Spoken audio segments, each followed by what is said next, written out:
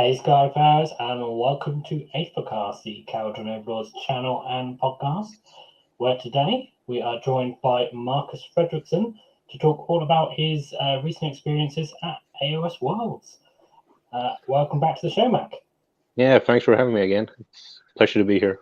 Oh, it's a pleasure to have you. And we are, Thank of you. course, also joined by Duard and Max Bowman. Hello everyone. How are you, Max? I'm good, thanks. I'm a bit tired. I've been to an event today and just came back, and then I had to handle the baby quickly off to my wife because that woke up. So yeah, but I'm all good now. Thanks. And apologies for the delay, anyone that was waiting.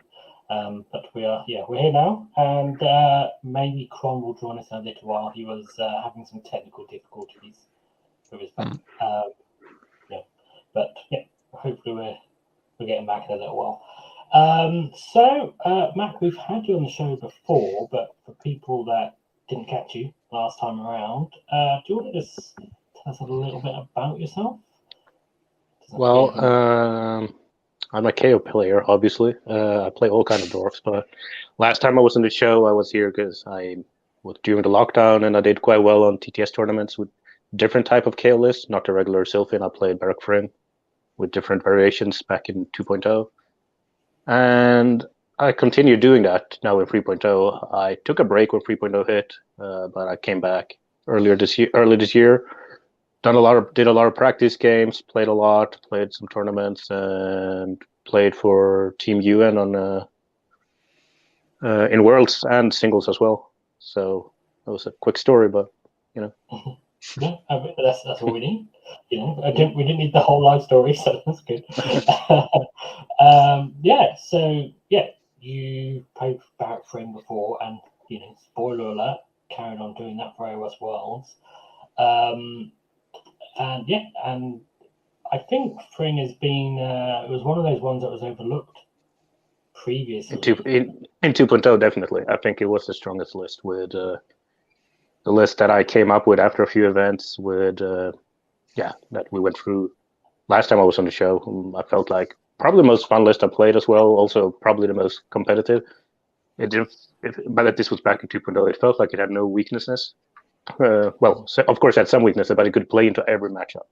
And I didn't. Oh, I'm against safe stacking. It's like something I can't handle or something like that. But no, it could just handle everything. Sadly, that list is dead now in 3.0 since you can't run that many Hearthguard Berserkers. You can, but then you gimp yourself. But it's different, and KO was in a better position overall back in 2.0 than they are now. But I still feel like they're pretty strong. I feel like they're overlooked, but as you can see, so in Worlds, I was the only one in team. I played KO. Thryng's been getting a lot more attention since 3.0. Because of the reroll ones. It's much more valuable now than it was in 1.0, 2.0, since you had a command ability for the same thing. But it was what is still good in 2.0, and the reason I liked Thryng in 2.0 was because you could ally in other dwarfs, and Hearthguards were really strong, and so on. And things were really cheap at the end of last edition. Like gunholders were dirt cheap. You had so much in the list. You threw in everything. You had threw in Prime, Nether Wings, Hearthguards, Ironclads, gunholders, Lords. And you just had everything, man. Now it's a bit tougher, but I feel like they're in a pretty solid spot, Kharadron, especially after the White Dwarf. Yeah. So we should probably mention now that AOS Worlds wasn't using the White Dwarf stuff. Yeah, exactly. So had to use the old lists, which are a bit weaker, but they were still solid. So it's a little bit of a shame, but it's kind of the way things are with tournaments these days. And the cutoff it came 1 month too late, and Max ruined the garrison rules as well, so that was not nice either. Sorry. We should probably take the blame. Unpick that and explain that, which is basically AOS Worlds ruled that for garrisoning, basically you could only get out at the end of the phase, which meant that boats had to sit still for the whole turn. Yeah, that's why I didn't run things in the ship apart from Lords. Cool. So we kind of skipped past the news, but there really hasn't. Oh yeah, sorry. So, that was my fault because I started asking you questions straight away. Yeah, exactly. But there hasn't really been any. But you have mentioned that you like allying in other KO stuff, and you just not KO stuff, dwarves. So obviously, I used to. Yeah. You're a general dwarf fan. So how do you feel about 40k dwarfs, squats, and Votan? I mean, I've been trying to get into 40k, so a bit. I have Chaos Demons, but I feel like depending what to get, but they might be too similar to KO, how they look and so on. But if their playstyle is fun, because the thing about KO is I don't like painting KO. I like playing KO. I don't like painting them. So if no, I prefer painting normal dwarves. If Votan is good and fun to play, I'll definitely look it up. They will probably make good conversions for KO anyway. So yeah, good conversion material. I think there's some cool stuff so far. That they sort of tease some cool stuff, and then it's gone. The information stream's gone a bit dry recently. Yeah, and they're supposed to drop this year already, right? Like in the autumn. I think so. Yeah. Yeah, so. And it's gonna be interesting. Yeah, definitely. The same with our new hero, Barak Thryng. Yeah, that's a very cool model in my opinion. But again, no information about him since they showed him to us, and we have no idea what he's done. Might be the same as Bugman, you know. Might be the same deal. Who knows? Or might be a Godric deal. Give him Godric rules. Godric. Yeah. Arrange Godric like that, right? I mean, if it's like Godric was first revealed in like June, maybe July, and then wasn't released until September. Yeah. So. Yeah, but I can see them throwing them. I think it's more. Somewhere. Yeah, but I think it's more a Warcry, Cursed City, or just an anniversary model. I don't think it's a model that will have actual rules, but we'll see. Oh no, I think it will definitely have rules. You think so? Yeah, because it's not an anniversary or nothing. It's a model that you can buy and it will be around for a while. All right, that's cool. Yeah, I have seen the model. I haven't read up on the info. I just like the model. It looked really cool. With axe and a sky hook in the same thing. Yeah, same package. Multi-barrel pistol. Yeah, that's cool. Yeah, looks real cool. I like it. I like headless. I started liking headless Kharadron more and more. Not headless, helmetless. Yeah, look too much into Nighthaunt now, right? Yeah, headless stuff now. But I like that aesthetic more when they don't wear a helmet. It gives them more personality. At least for Lords, I kind of like it. Having painted like I did a conversion recently for a gunnery sergeant, and I used the head from Jacob Bugmanson. And then I looked at some of my other. I don't like that head. I don't like that head. I find it. But I looked at some of my other heroes, like old chemists and stuff. I was like, oh god, they're so boring with their helmets and stuff. So yeah. There's an interesting question from the chat because there has been some AOS news, which is Sylvaneth and Skaven are getting new battle tomes. Are we concerned about the lightning vortex changing? I never cared about that thing, so not really. Couldn't care less. Did I use it in 2.0? Did I use it in 2.0? Never gonna use it in 3.0. I used it at the beginning. It was fun, but it became kind of a meme. And now, even with 3.0, it's even harder to set up. And I don't care. It's a bit of a shame because it seems Spell on the Bottle has declined in value with all the spells changing. This is another one that's going to change. So, but spoiler alert: we're going to talk about a list with Spell on a Bottle. Yeah, but I've stopped using Spell on a Bottle since I played Zon in 2.0. Yeah.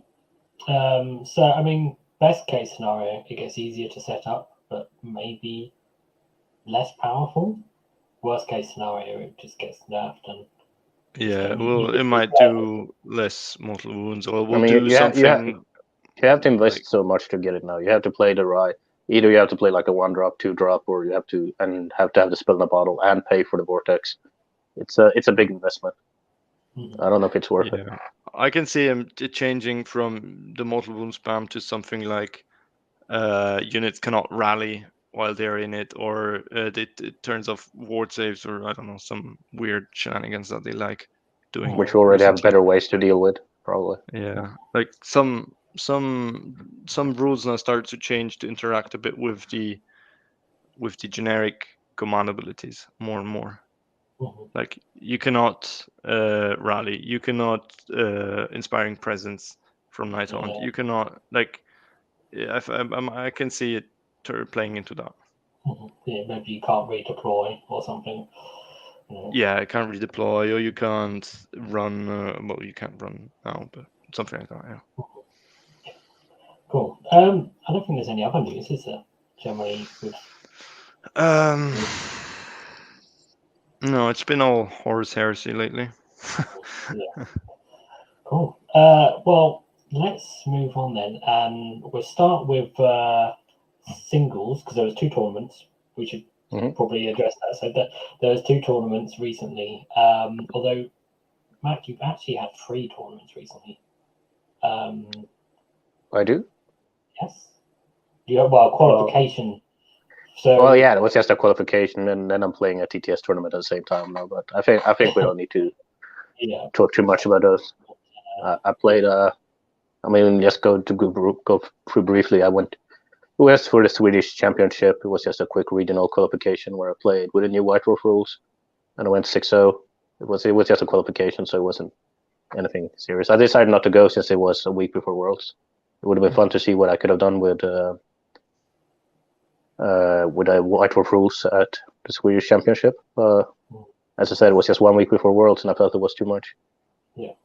And the TTS tournament I'm playing, that I'm 4-0 at the moment now, it's just a weekly thing, 1 game per week. It's not with KO. It's with so it's nothing of interest. It's a lot of dwarves, but it's not KO.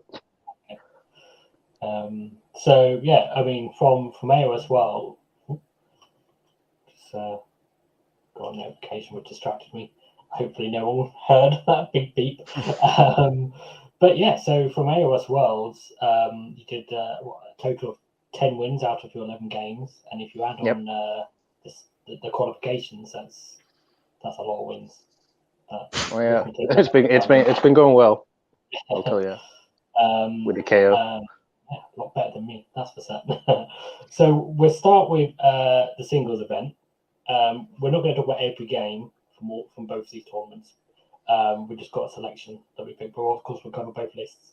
But we'll start with singles. So forgot about that. That's the wrong one. Forgot about this. This is so. Well, it's advertisement, man. You need the money, right? It's just like the whole show is just. Max needs money for the diapers. Update on Aethercast Dice. They're back on sale because I took them all off sale until we had confirmed that they didn't get thousands of them lost while they were being shipped across the ocean. Well, Max gave me one of these dice and said I had to come on the show, but down in Prague. Yeah, I bribed him. It's a golden one. Yeah. So all the US and UK ones have been shipped. Max hasn't been able to ship the EU ones yet. Ship them next week to mainland Europe. And Kron will be able to ship. I think there's only one order in Australia or New Zealand when he is back, which is next week as well, or the end of next week. So, but they are back on sale. So if you want to get some dice, then yeah, you can do that. Cool. So the singles event. This was your list. Yes, very untraditional KO. Yeah, so as we alluded to earlier, Barak Thryng. Of course. 2,000 points on the nose. Sadly, yeah, that's a bummer. When the Drakes went up in points during the winter FAQ. So I kind of want to triumph in this list, but the list went up 20 points. So it's a bit of a bummer, but what can you do? Yeah. I mean so because Yeah, it lost a bit of power once that happened, since I'm never getting Triumph, and I got it like 50% of the time otherwise. So it is what it is, but you have to roll with it. So I'm just going to quickly run through it for the people in the future listening on the podcast that can't see it. So there's 2 Warlord battalions. So there's an Endrinmaster of Endrinharness as the general with Supremely Stubborn, because he has to have that, and the Grudgehammer. Then there are 2 Navigators, one of which has the Arcane Tome and Ghost Mist, a Chemist with Spell in the Battle, a Rune Lord, who's obviously a coalition unit with the Prayer Heal, and then as an ally, a Celestant Prime, and then 3 units of Arkanauts, one of which is in Hunters of the Heartland, unit of 20 Iron Drakes, also in Hunters of the Heartland, and then an Ironclad with the Skyhook and Battle Ram, and a Soul Screen Bridge. So, obviously, the Spell in the Bottle is there for the Soul Screen Bridge to get the Iron Drakes somewhere so they can go shooty with -2 rend, because you get better shooting from other dwarfs than with the dwarfs with the ones. still only 16-inch range, but I usually delay this bridge a lot. I play this list very conservatively and with a lot of composure. I just pick up screens, etc., and wait till my opponent overextends and just blow them up. Usually by turn 3 or so. So it doesn't. You can't do a lot of mistakes with this list, because then, especially at high level, then you get punished real fast. I used to win most games with this list, but I don't win big. So it was probably a bad list to take to Worlds. Even though I went 4-1, I ended up behind a lot of 3-2 people because I didn't score enough points. Because it's not. I usually don't get like big wins, because I play. There's 2 camps, right? Some people think that win should matter more. Some people think the total point should matter more. I'm probably the win should matter more, because I think a win is always a win. In the total score. So I think if you go 4-1, it should always be higher than someone who's 3-2. And then the points will decide where in that bracket, 4-1 bracket you are. But because if I wanted to win the event, I would not have brought this list, because I knew the missions were beforehand, and there were some pretty bad missions for my list. So I just wanted to take it up to a big tournament and see how it goes. Since I played a lot of games with it, I have a lot of reps with this list. And I feel like it has 1 weakness, maybe two lists that I find they're weak against, and that's Luminous Foxes, and it can deal with Seraphon, but Seraphon with Croak can be problematic sometimes. But other than that, I feel like it's a very all-round list, and it's probably going into the grave now after the White Dwarf. But you mentioned a couple of missions that you don't think are very favourable for this list. What are those missions? I mean, for KO in general, like we had Apex Predators, power numbers and Apex Predators, man, and Tooth and Nail. Prime can't go in reserve, so because Tooth and Nail is usually like one of the best KO missions, but when you have Prime in, it becomes really worse. Because it's a very good KO mission otherwise. And it was also, what was the first one? It was First Blood, and then we had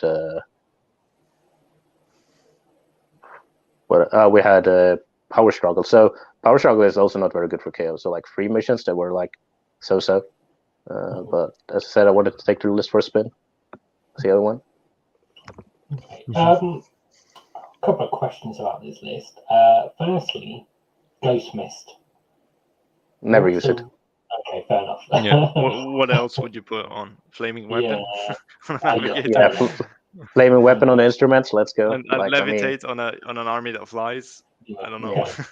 I mean, it could come in handy. I never used it in the tournament, but I have used it before versus some shooter list to protect the Iron Drakes.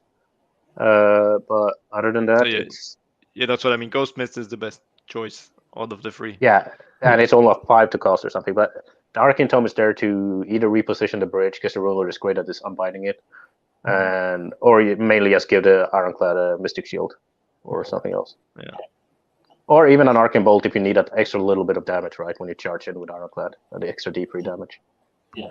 So Probably that's pretty much what I guess. Yeah, actually. yes. Yeah, it's just you pick something. I mean, it's just a freebie, right? Better to pick something than nothing. Why did you go for heal, prayer instead of curse? I used to try curse in the beginning, but then I realized, like, when I face stuff like Stormcast or Sentinels, like, my ruler is usually quite close in the beginning to the Ironclad, so it's better to have more heals than to potentially curse, because I usually always want to rend. Now, when Night Hunt is on the rise, I could see curse becoming better in such a list, but at the same time, heal is good, and then you have the generic Bless, which also gives a 6-up shrug, which is great, which I use a lot in the early game. I usually cast Bless on Ironclad in the beginning. But the Rune Lord has his is only dispossessed, is it? His ward. What? Oh yeah, but the generic prayer, like generic spells, you have generic prayers, so he has Bless. You have Bless, you have Guidance. Yes, but doesn't the Rune Lord War Scroll prayer, the one for the ward? Yeah, it's only dispossessed. Only dispossessed. Okay. Yeah, so sometimes I use that one if I want to ward the Iron Drakes, but I usually, like, since I said, I don't bridge early usually, which I did in the game a lot since I fucked up.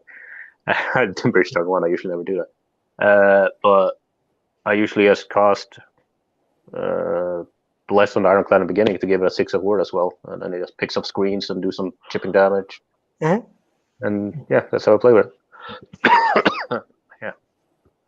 So how do you... well, 2 questions. Firstly is, one is how...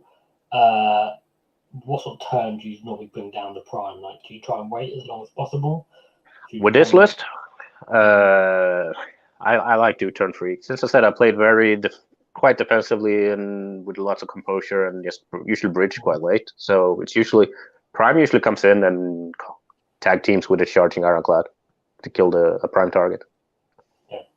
And then that leads on to the question about the Ironclad thing, because you mentioned... Yeah. I like charging. Do you do that early on, or because you mentioned playing conservatively, but then you've got a battle? Yeah, it depends on the match. It depends on the matchup. It really depends on the matchup. So I can do a turn 1. I mean, like, especially, like, let's say on game 1 I had here. We're not going to talk about game 1, but game 1 when I faced was a big WoW with lots of bodies and lots of wounds. It didn't have very high rend. He had some brutes and so on, but it didn't have high rend. So I just put Mystic Shield on the Ironclad and charged in turn 1 into his, because he left a little gap. So I got his general turn 1 with a charge.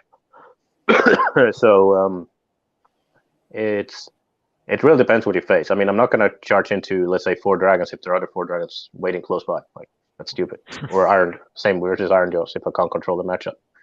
But if there is an opening and I know my Ironclad is not threatened, then I'll charge. So, but if it's threatened either by double or by getting counter charge, I'm not going to do it. If I know it's going to die or take a lot of damage.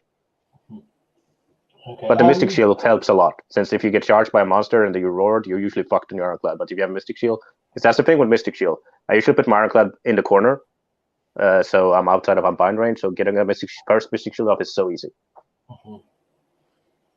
Yeah, and it's easy to underestimate how much better Mystic Shield is than using all out defense, because it just lasts potentially for 3 turns.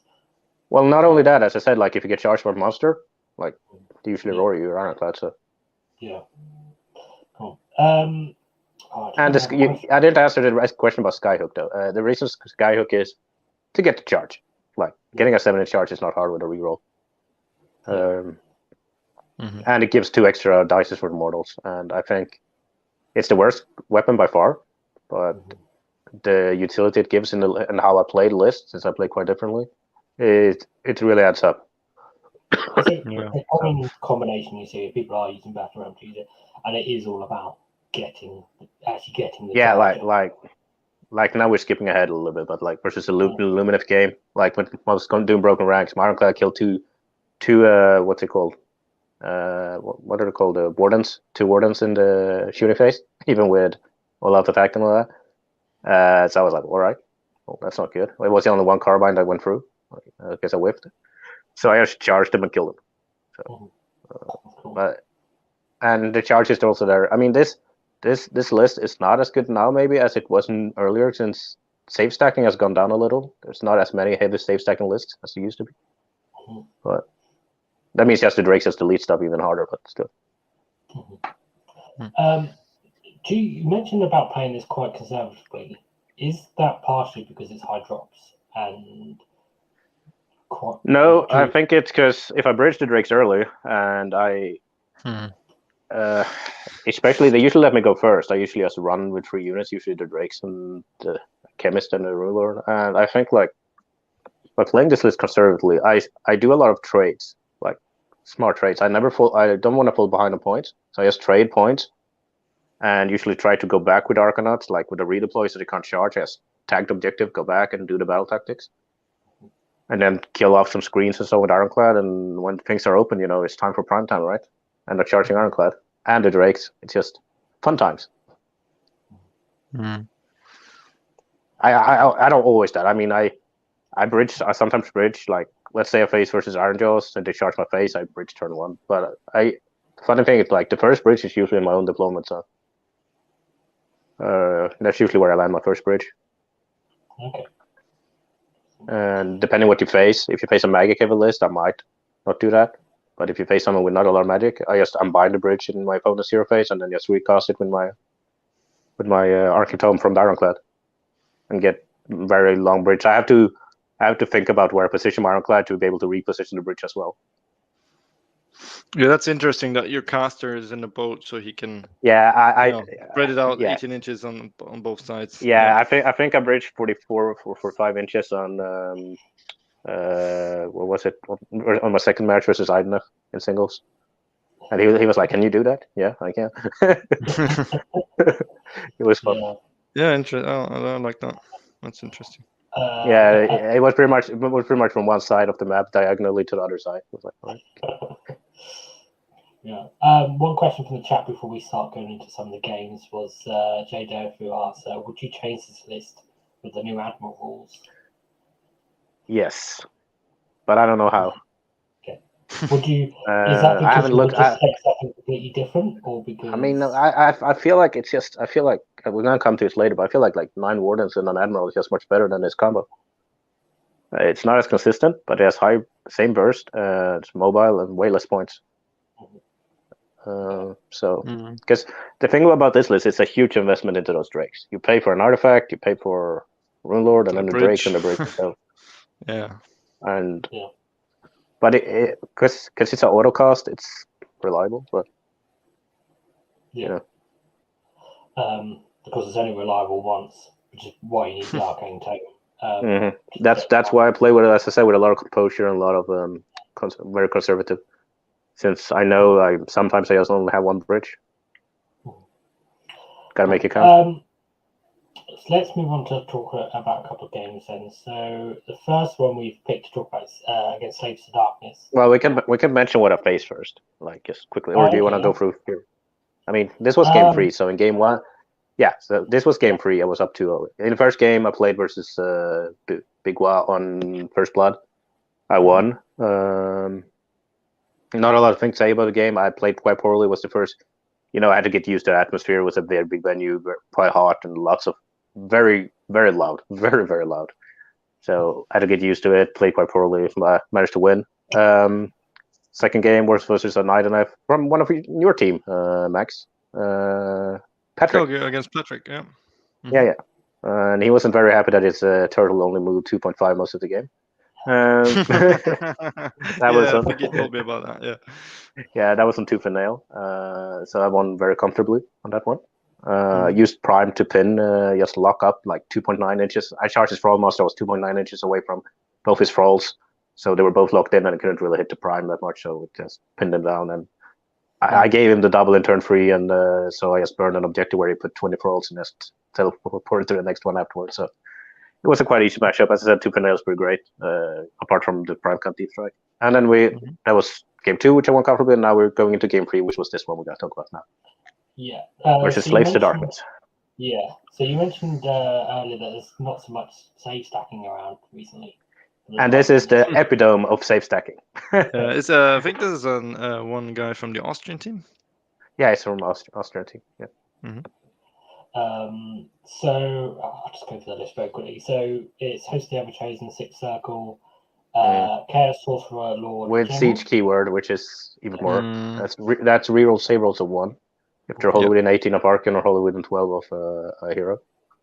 And then so he's got Sorcerer Lord General, which is Arcane, brutal. 2 units of Baron Guard, and then 3 units of Iron Golems and the War Shrine. And Iron Golems are way too tanky for their points, man. Way too tanky. Yeah, if they don't move, free up save, free rolling 1s. Yeah, for 80 points. And they get a 6 up ward from the War Shrine, I think. Yeah. 6 up ward as well. Yeah. So this is something KO generally don't like. This is a pretty classic Baron Guard list. I mean, this is this is the standard one. Yep. You can run some Untamed Beast for pregame move, but I prefer that's what we did. Yeah. Other than that, it's standard. This was on Power Struggle. Which I think when I started playing my KO in 3.0, I was like, this map is not very nice. But you just trade back and forth, so it's not too bad. It's just versus some armies. Because you need to hold 2 turns, so you can even if you lose it, you can take it back and still score. Yeah. So it's much better than power numbers, man. Much better. So but it's not a good mission, but it's not too bad. Depending on what you face, it's usually quite hard to get to center, so you just play on the flanks. Yeah. Although Archeon on 3-inch move. I mean, could be worse. Double Navigator. His best friends. So you mentioned earlier about normally deploying outside of unbind range. Do you obviously then also try and make sure that your navigators are in range? No, the Rune Lord. Rune Lord with the generic ability to the heroic actions to get an extra unbind is just top notch. 2 unbinds with +2. All you need. Oh, what I was going to say was about the navigators is because you have your ship normally quite far back, and then do you always try and make sure you're sort of the second navigator is the navigator with Arc and Tome is usually always outside, but the other one is usually on foot. So. Okay, but do you normally obviously try and wait to deploy them later so you can make sure they're within 36? I mean, every list is in Worlds was pretty much a 1-drop, so they were like, "Oh, you drop Pirates? Okay, I drop Prime. Go ahead." So, drop your army. Yeah. So I mean, what happened in this game then? Well, he took first. He did the usual thing, safe stacking and so on a bit. I think I unbound Mystic Shield, which was pretty big, but he safe stacked Arcane up, so I wouldn't have been able to kill him. I think the Mystic Shield was supposed to go on Varangarsh, but I managed to unbind it. So with the Rune Lord. So he took first. He did that, thing with he safe stack up, and he did that so he knew the prio for next turn, which surprised me in the end of why he did what he did. So he buffed up Archeon, teleported him, charged him into my not Iron Drakes, my Arkanaut screens, he had no way of getting anything else than Arkanauts. So he obviously killed him, and that was his turn. And I mean, Archeon was still touching the middle, but he was outraged of getting rebuffed and so on, and teleported. So, I mean, that's fine by me. I knew I wasn't going to seize the center, so I used... double navigator, put him to 3.5 movement. I flew. What he did a big mistake. I told him about it because he said he doesn't expect KO to do too much damage, so he screened off the back to protect his War Shrine in general with Iron Golems and so on, and then they put this Varangarsh a little bit too far forward, in my opinion, 1 on each flank. So I bridged. You have the map up here, so I was on the blue side, he was on the red side. So Archeon was pretty much touching the objective and be in and on the middle on my side. Yeah, pretty much right there. Yeah, and killed the Arkanauts. Because he has such a fat base, he can do that. So I had most of my things, right in the center, in the middle, underneath the red circle. Here we go again, like last time. The graphic designer is painting. I remember from that Nurgle game that you couldn't paint for shit. Yeah. Anyway, so I asked bridged my Iron Drakes to the right. Yep. Over here somewhere? Yeah, because I knew, Arkane was out of the TP range, he was 3-inch move, so he couldn't reach them if I didn't get the turn, so they were safe. Ironclad on the other side, and the Varanguards, I could, something like that. And then the rest, just everything ran away from Arcane, as far as I still could run. Okay. Yeah. So, I had some screens on the other side, so they didn't have to run too far, but some lords had to run away. So, what I did is, popped the once per battle exploding 6s on the Drakes. They had +2 rend, and just killed those 3 Varanguards on the right. Ironclad, where he all the defenses Varangard, managed to kill 1 Varangard, and then I charged in, and I think I rolled a 10, so it was 12 dices, and I killed the rest on the charge. So he lost both his Varangards turn 1. He said he didn't expect that, because, KO doesn't usually do that. So with normal shooting. Charge the bows, and then in addition drop bombs and hammered them to death, or was it just the charge? Yeah. No. Okay, so the whole show. Okay. Yeah, and Arcane. I threw Arcane Bolt as well. So, okay. Because I didn't need. I knew I wasn't gonna need. Because Arcane was in no position of threatening my. When Arcane is stuck on that movement. And also a range of teleport. So, and then I was surprised. He showed who got turn 2 prio, and it was me. So I was like, all right, why did you do this? Why did you overextend with your guys? So, which I kind of wanted him to have the turn because he couldn't do anything, like he was stuck. But I got the turn, so I took his home objective on the left and killed some other iron golems on the right, and I missed both the debuffs on Arcane. But it wasn't too bad because the Drakes were so far away anyway. So when it was his turn, he tried to get to the Drakes, he has redeployed, and they were out of server range, so he didn't do anything. The game was pretty much over after turn 1, so I just controlled him. And in my turn 3, I tricked him to not find a Tower Arcane. I just did a Conquer, but then I flew high back with Ironclad, sent Prime in, and the Drakes were in range of, and I just killed Arcane. The killing blow was, of course, me charging into the Arcane with Ironclad. The Prime didn't even get to hit him. And then in the early of the turn before, I just board wiped him. So he got board wiped early turn 4. He said he was surprised at the amount of damage that my list has, and this list has a lot of damage. Like a lot of damage. Iron Drakes. Iron Drakes with twos rerolling 1s, exploding 6s. Come to Papa. That's why I missed the triumph, but it's so good. Yeah. So, how often do you feel like you fail the charge with the Ironclad? With a 7-inch? Yeah. During Worlds, maybe 3 times. 4. That's after the reroll. 3 times after the reroll. Yeah. Because you can reroll from a navigator that didn't use. Well, if I spent the gold, I usually have 2 warlords, so I'm usually counting my CPs, how many CPs I have, and planning ahead what I'm going to use them for. Because when Prime comes down, Prime needs a CP. Prime needs a CP because he's a whiff machine. Everyone knows that. Needs to hit him too. It doesn't always help, man. It still whips, but tell me about it. Yeah, but I still love him. He's still so good. Anyway, so that match was over quickly. I think he got. I was going to quickly say we should.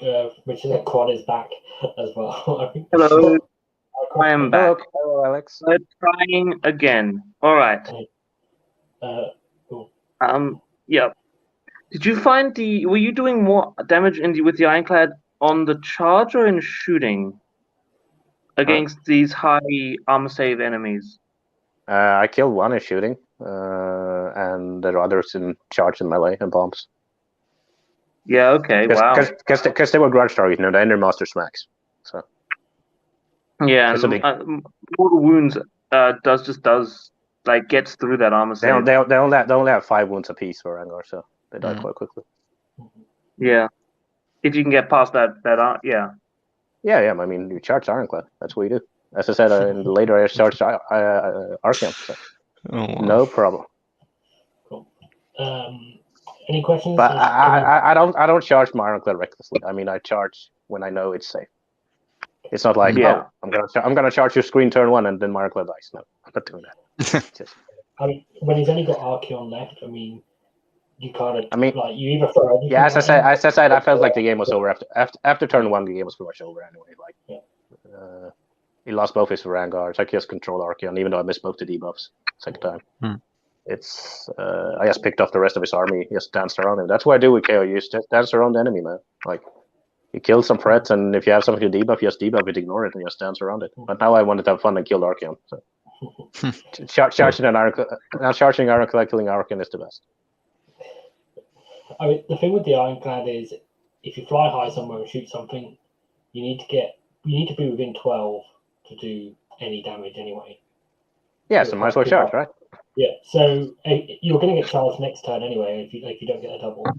So, yeah. Or if you don't kill a lonely unit on the flank. So, yeah, cool. Let's move on to the next game, which was against Svaregg-Stein Overlords.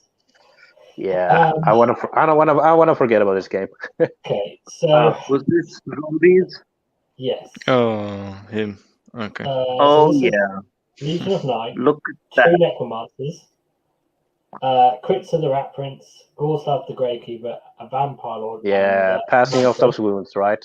And then 3 units of 20 zombies, 60 zombies, 10 dire walls and 3 Vargas, and a corpse cart. 120 zombies. Yeah. Love to see it. Yeah. And getting guaranteed 30 buck. Basically. And on Apex Predators to add. Which is not too bad, to be honest. For KO? No, against this list. Well, he has 3 units that can shrug off. Yeah, but he needs to get them there. And they're not fast. Yeah. No, but the objectives are quite close. Once they do get there, like, that Necromancer isn't moving.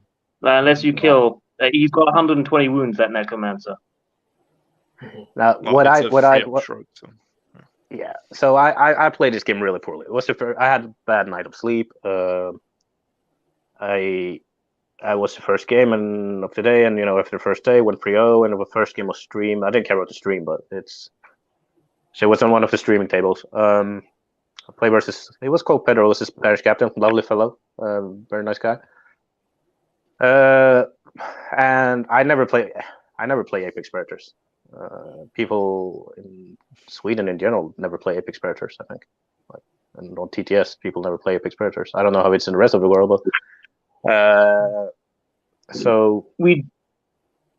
it's just not usually a tournament game. Not in Australia anyway. Never in Germany. So I even forgot about that. You have to be within 3, not within 6. So that fucked me up in the beginning. But he was so kind and let me change. Go to take back on that. But so I took first turn because I actually outdropped him. So I was like, I need to get on the objectives. I even considered putting Prime in turn 1, but I need to get on the objectives. I was on the blue side, so I was gonna take the north one, the northeast one, and the middle one. Yeah. And once again, I misread the rules. Because I didn't read about the mission, because I don't know, I just winged it. So apparently, even if you charge with Ironclad, the guys inside don't count for being on the objective. No, they never count for objectives. I mean, like in 2.0, the things like this used to count. Like if they were they still count as being with it, never for an objective. But like but not for contesting. No, but it wasn't for the one where you had leaders within 6. Yeah, but I know I made some big mistakes. But the first thing first, I self-screen start 1. I wanted to kill like 50 zombies. I did, because I wanted to reduce that stack to a small amount. So instead of just killing it, because 30 would come back, and they would never end. And that's what I did. So I bridged in and killed some, and I think I killed around 50 in total. I killed Kritza by charging Ironclad into him, and I held 2 objectives with leaders, but I failed my battle tactic because Maroon Lord rolled a 1 on the run instead of a 2. I needed a 2+. So I don't know why I did Ferocious Advance in the beginning as well, since I should just have done aggressive expansion. But it is what it is. As I said, I played poorly this match. He had Manfred off the board, so I couldn't debuff him. So his turn. Oh, actually, when I charged in as well, was 18 zombie attacks, and he got 5 6s. I was like, all right. That wasn't very nice. So my navigator died. Turn 1, my turn 1. That was shit. Because he was in the boat, and in his turn, he didn't kill any lords, but he he took the objective down on the left and scored his battle tactics. So and then he got the double, and he killed my general, who was in the boat. And Manfred came in, and since he got the double, he came in with some Var guys on one of our flanks, and when he got the double, those guys rolled really hot and killed a finest towered all-out defense Navigator, which is like a 2-up in red 1. 3 Vargeists. So I was like, all right. But the game still wasn't over because those Vargeists were in real bad position, so I took broken ranks, and Manfred came down, and he was in luck on the center objective. Together with Kritza, who came back 3 times this match. Fucking Kritza. So I was like, no, I still have this. So I bridged back my Drakes. I shot everything into Manfred because he was not finest towered, because I didn't take Bring It Down or anything. I just took broken ranks because I knew my Arkanauts plus Chemist and so on could deal with 3 Vargeists because they're like paper. And Arkanauts on objective slabs. So I shot with all my Iron Drakes. So, I did the prime targeting shooting, and I shot with my Ironclad, shot something else because he had all-out defense and so on. Because, shooting with Ironclad is no point otherwise. It's just a waste of shots. And that's the game where I did fail 2 7-8 charges. So Manfred lived on like 4 wounds, and that's cost me the game. Because if I would have hit that, I would have got prime on the middle objective. Manfred would have been dead. Kritza would have been dead again, and then I could just roll from there. So I would have came back to the game. But since Ironclad failed a charge, I lost the game like 20-0 because of that. Because Prime decided, instead of killing Manfred, he decided to take 7 wounds from Manfred. So Prime was down to 1 wound after I charged it, and then it killed me. So yes. So Kritza died again though, but he came back. So yeah, after that I just figured I might as well just get as many points as I can, and Prime got turned into a zombie. And, oh no! Yeah, and then he won the prio again, so he won prio for turn 3. So I burned the bottom left one. And yeah, I don't want to talk about this game, but I just tried to go with gold and all that into the Necromancer to just wing it with not explosives, but with gold and all that attack, and that on Ironclad I did 0 damage to the Necromancer. And he was a grudge target, so I just tried to get about that because I fucked up with him. I fucked up with a lot in this match. I played pretty poorly, which was sad, but it is what it is. And by losing this one, I got to play a lovely last game versus a KO, which is going to talk about next, I guess. Yeah. No questions about this match. I hated it. I just want to say that Apex Predators for KO is an uphill struggle.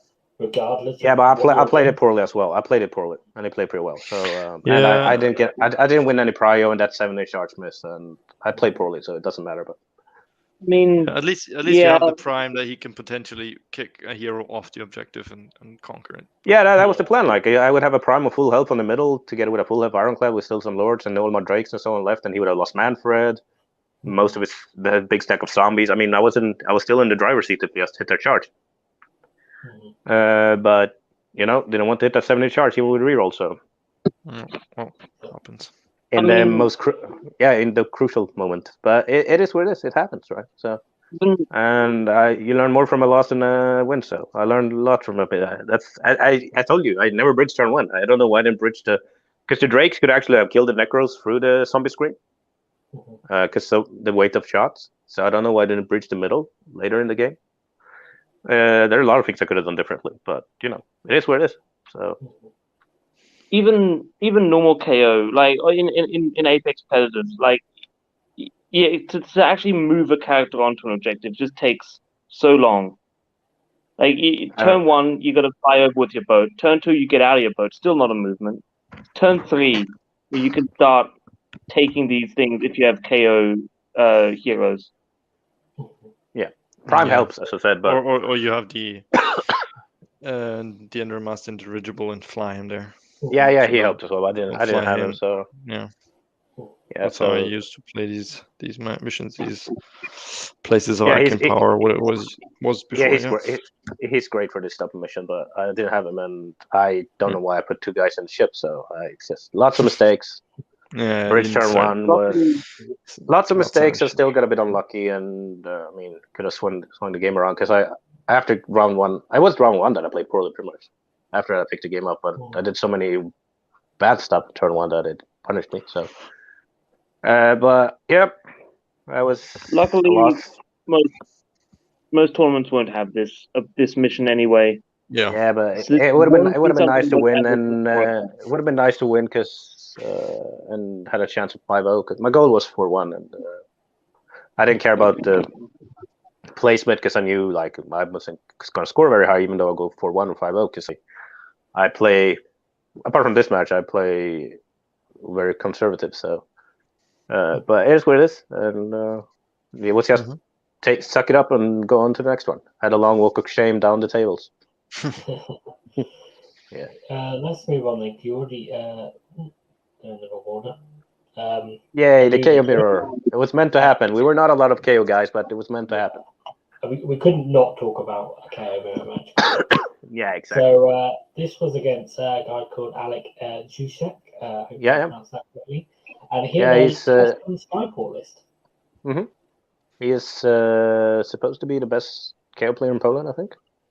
So the best in Sweden, best in Poland. I don't know if I'm the best. Well, probably is, but I don't know. Probably the only one as well. So no, but it's. I got shadowed. That my success got a bit shadowed by Ronja. So. Yeah. But we'll go through this list in a bit more detail than some of the other ones because it's a list.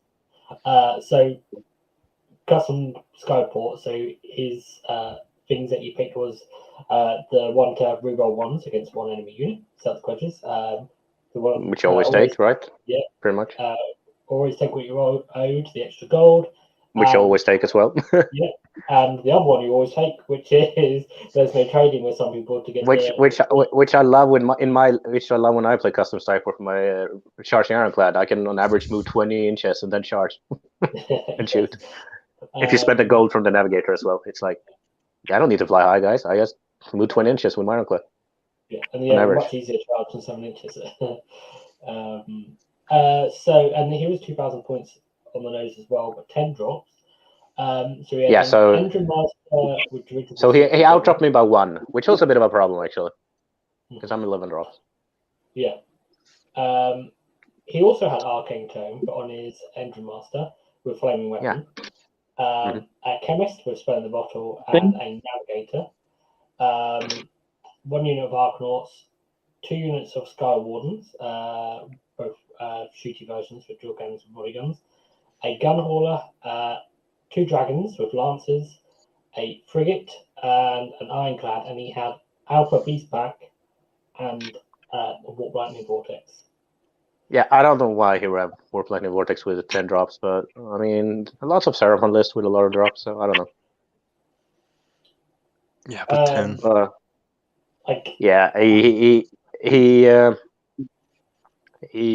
got to use it Alpha Beast Pack against me, so I run Alpha Beast Pack as well, but in high drop list, but it's mainly to confuse the opponent's deployment. Like if they, kind of funny. Like, oh, my ironclads are here now; they're here, so just move them out of range from corner. Your opponent can't really guess what side you're going on, and you can exactly. You deploy them over onto whatever side. It's great when the opponent has more than 1 drop as well. You say, oh, I put 1 here. That's a free drop. I put another one here. I put some lords in. Just drop your army and see where it goes, and then I just move them right with the fly high. So yeah, it's just exactly what you said. Like it's pretty good. But yeah, it's a good diversion tactic. That's why I use Alpha Beast Pack. You don't be super aggro with Alpha Pack. No, but I mean, if you had a chance, you could go aggro.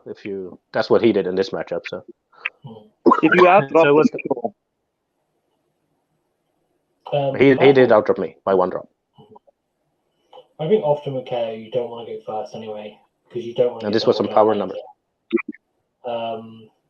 So I think sometimes. Yeah, he kind of went all in. Actually, he went all in. And the deal with power in numbers is that whoever gets second turn, if you go aggressive, usually wins the game, right? It's just burn all the objectives apart from one. Mm-hmm. So he took first. He Alpha Beast Pact. He Vortexed. I actually had a mystical terrain, which I hugged my army around. Maybe it was a bit of a mistake. I don't know. No, probably not.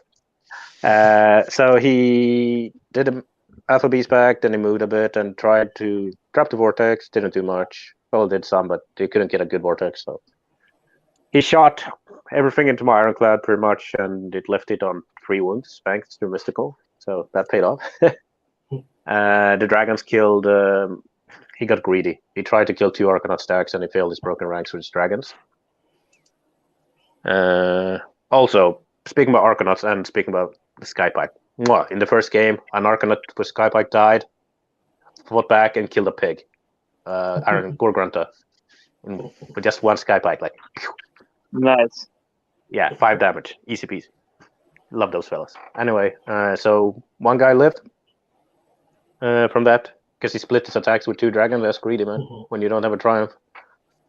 And I will have to fence that one. So he failed his battle tactic.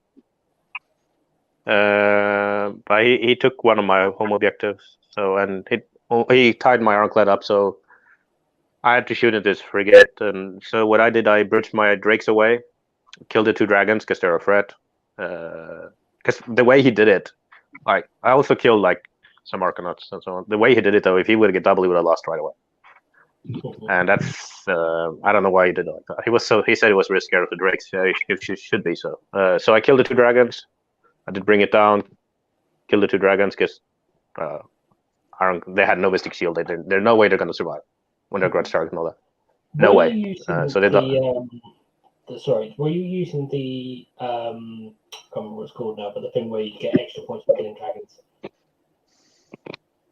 Yeah, I got that as well. So I got by killing them, I got 2 extra points. One for being monster, one for that one. So I did bring it down on those and just killed them. I killed a frigate. I killed 10 Arkanauts, and then we rolled up again. I could have potentially, because I had an Arkanaut left, I could have charged his Ironclad with Arkanaut. And then charge my Ironclad into his, because my Ironclad was 5 wounds or something, and just charge my Ironclad and do as much damage as possible with my Ironclad to his. But I took a gamble. If I was going to get a double, I would just board wipe him. In hindsight, I didn't, since he got 1 the turn.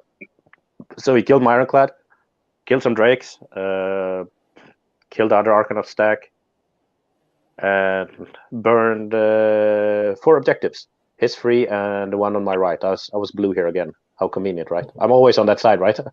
Always the blue side. So it was just 2 objectives left. So he scored a lot of points. And he still had an Ironclad left. I didn't. So,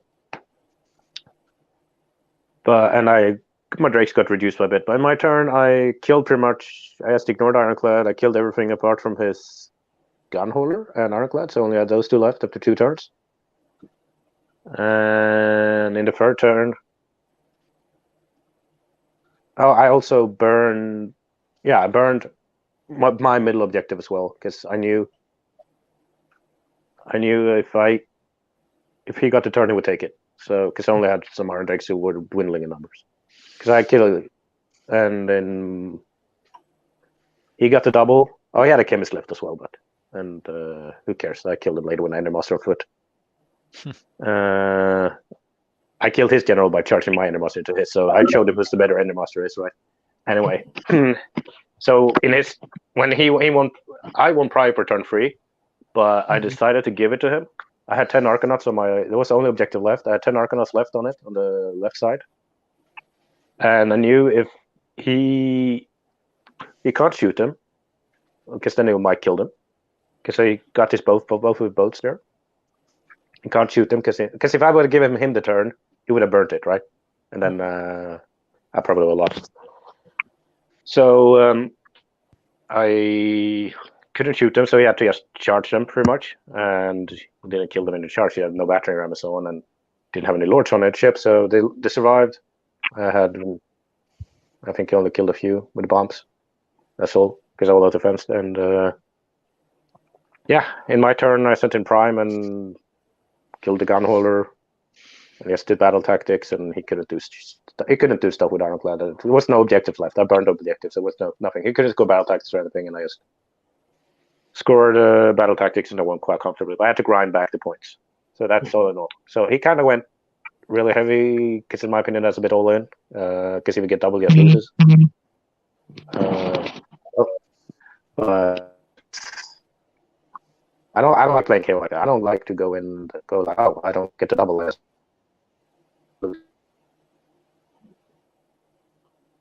Died, or was it? Huh? You went. Am I still here? You went a bit like computery for a second. We didn't hear what Oh, you sorry.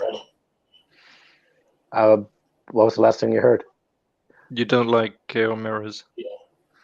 Yeah, I don't mind mirrors. I don't mind mirrors. I just don't like playing KO like that. Like when people go all out, it's just a coin flip, right? It's in very, general, not just in mirrors, but a lot of KO players do. They like, oh, all right, I'm gonna go all in there. Oh, I got double. I lost. Whoops. Like, you want to keep your Ironclad alive the entire game. You go all in when you have a chance to double. Because then it can really pay off. It's very risky to take turn one as KO'd. You want to go second so you can, at the very least, not get doubled. And that's also stupid. Like going that aggressive when you, even though you could get the double, I don't like doing that because Cool. You lost me again, right? Yes, we never knew why you didn't like it. Yeah, we know you don't like it, but not why. I don't like it. Where with going aggressive, or because I go aggressive when I go aggressive if I have to, like, but and take gambles, but I don't like taking the gamble like right at the start of the game, right? You take the gamble, you don't get the prio, you get punished hard. I don't like that. I don't like playing KO like that. But it feels like a lot of people who play KO play like that. Sure, we win big, but you also lose more, and I prefer just winning my games. Yeah. So I mean, that is kind of the case, really. Unfortunately, there's also, I find also a lot of situations where even if you play conservatively, things are just so quick these days that you still just you get hit. Well, it depends what you face. I mean, my list is different. Like this list I played here with Iron Drakes is different. I can't go all in. I can't just bridge the Drakes versus most lists and just, oh shit, my Drakes are charged, I lose.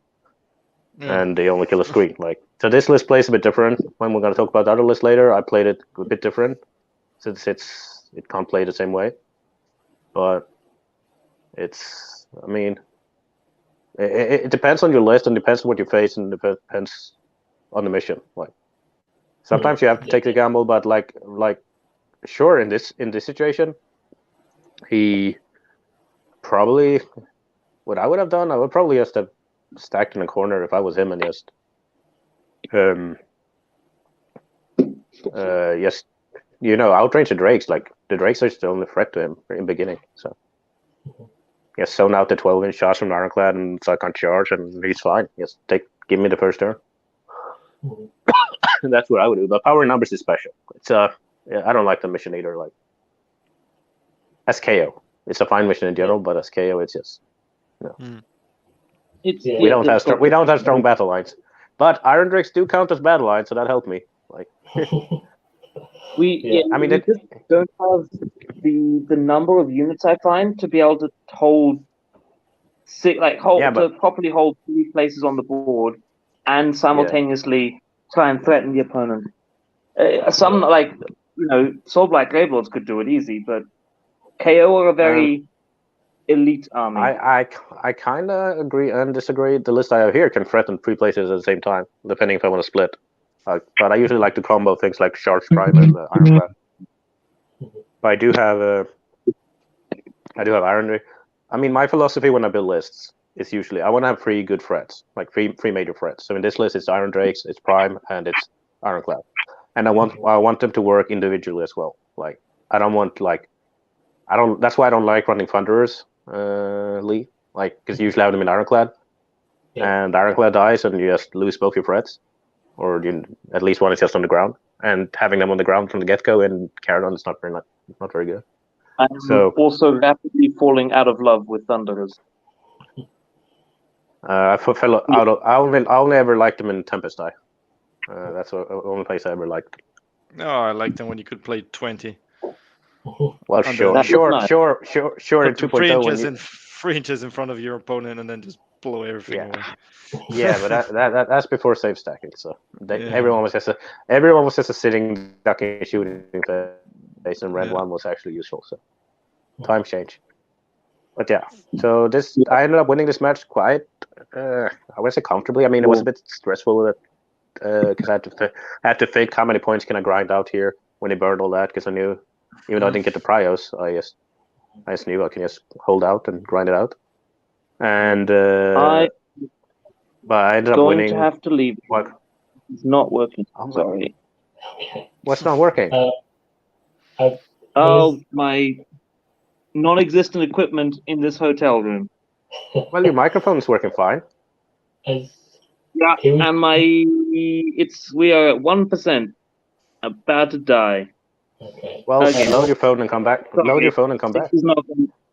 Yeah, keep going. If I can come back, I'll come back. So Max, I see your little flex there. I see you wearing that shirt. Yeah, I played a tournament with it today. I came 4th. It's not working. Oh. Oh. And how many people were in the tournament? 4? Pardon me? How many people were in the tournament? 4? 12. Oh, no. All right. Okay. Oh, thanks for coming up here, Quan. See you, Quan. Yeah, Quan's having some difficulties with. Unfortunately, even though his phone is on charge, just being on the show uses more battery than it charges, so it just drains.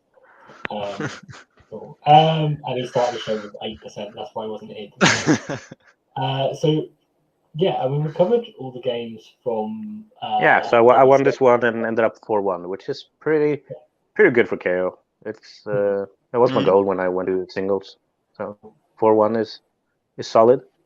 As I said, the pack wasn't really good for my list, and the game I lost, I played quite poorly. So, but I'm overall pretty happy. It's just always a bummer when you play a game you're not happy about, right? But you learn from your mistakes. Yeah. Well, hopefully you should too. If you're like me, you might learn from them for like a week and then forget about it. A couple of months later, make the same mistakes again. But cool. So let's move on to the teams event. To the main thing, the team event. Main event. No, the main event. Yeah. Because obviously Max and Con were also at the teams event. Yep. And this is the part of the show. But they did not bring KO. None of them brought KO. I was at only least I KO brought pro. Dwarden. I didn't bring elves like Gron. I brought Fire Slayers, yeah. So your team allowed you to bring Fire Slayers, but not KO. Holy shit. Yeah, I chose not to bring KO. So I'm the captain. Why? I can decide. Why because though? I didn't, when we started making lists and deciding on team factions in January, I didn't feel KO could punch through enough, and it had too many unfavorable matchups in our opinion. So I was actually playing Living Cities for a long time. Oh my god, you scum. It was pretty good, but it was kind of a hit or miss. So either you win hard or you lose hard with Living City. There's no in between. And for teams event, every point counts. So if you lose, you try to get at least some points out of it. I don't agree on that point of Living City. I feel like Living City, the comp lists are quite sustainable and quite stable. But it's different opinions. I guess. I mean, that was our experience, and then we the Fire Slayer book drops, and one guy from our team, Colin, he played a lot on TTS with it, and he thought he had some good success, and then I had a look. Yeah, I had some great success with the Fire Slayers. We thought it was a good pick for the team in terms of having a defensive list for some matchups. And I mean, I didn't win too much with it, but we had better matchups than I think with KO. I mean, I was supposed to. In the beginning, I was supposed to play for Team Sweden, but for some circumstance, I couldn't meet for a meeting, and I didn't attend to enough live tournaments and so on in Sweden, so I couldn't. They decided not to pick me, so I ended up on Team UN, which was just a mixed nations team, pretty much. Yes, for the people who wonder which team I was on. So we played in United Nations, and we did surprisingly well. I was hoping Con would be here for this bit, but out of Team United Nations and Australia and Germany, where did you all come? So I don't know. Beat us by I think 2 points. So Australia was 2 points ahead of Germany. I mean, from I'm not one sure thing is from place 5 or 6 to place 13 where we were, it was 20 points. That's just one match, man. One match. It was Australia, Germany, UN, like the three behind each other. Then it was place 11 maybe, to 13. But because we were 10 points behind top 5 or 6. So exactly. So it was so close. Like, it was very, very, very close. So just one game could have swung it. Like we had a guy in the last round. We played versus Italy in the last round. We had a guy who played versus Giants on marking territory. He left a Giant on 1 wound and cost him the game. So otherwise he would have won 20-0, and then he lost 20-0. So that would have swung us to top 5. It's very tight, but we ended up with 14 wins. 14 wins and 2 losses, which is pretty good. Yeah, same as us. So we were pretty happy with that. Yeah, 4-2, pretty good. So before we talk about your list that you used for the teams event, and we have a question from the chat as well, which is basically the question I was going to ask, which is, how does the pairings work? Okay, I'd suggest you check out the Honest Wargamer. He has good explanations about that. Yeah, I mean, just a quick detour here. We don't have the time for that. Yeah, just a quick one. Like you put up, you have 4 submissions, so you're gonna get 2 of the same map. And let's say start with first blood. You put one. Defender, you put one defender each, and the opponent gets to put 2 attackers. And then you flip them, and the defender gets to pick which attacker you want to play against. And you pretty much do rinse and repeat for every mission on that. It's pretty simple. Yeah. So there's a lot of matches are won in the pairing because you try to pair your team or your army list against a favorable matchup, keeping in mind that the one you don't choose goes back into the pool, so someone else will have to play him on a different battle plan, and there's a whole there's a lot behind it. There's a whole calculation sheet behind it. Then you have dense and light terrain and all that as well. Yeah, so you pair into opponent, battle plan, terrain density. Yeah. So it's like a weird. It's like a 3D chess thing. Yeah. So team lists are usually a bit more specialized than single list. Yeah. When I build single list, why I played Fire list. I would have never played my Fire list in a single event. Yeah, exactly. I was supposed to play the same list as singles and team, but someone stole my Soulskin Bridge, so I had to change. Yeah, that's another thing. In team event, you cannot duplicate war scrolls across lists and artifacts and stuff. Enhancements. So for example, my Fire Slayer Priest, no one had curse because the Thunder Lizard guy had curse. So yeah, it's very specific. We lost 10 points because we had 2 errors in the list. Yep. So I think we would have ended ahead of you guys if. It was Cersei right for performing poorly in list submission. Okay. That's a good time to look at the list then.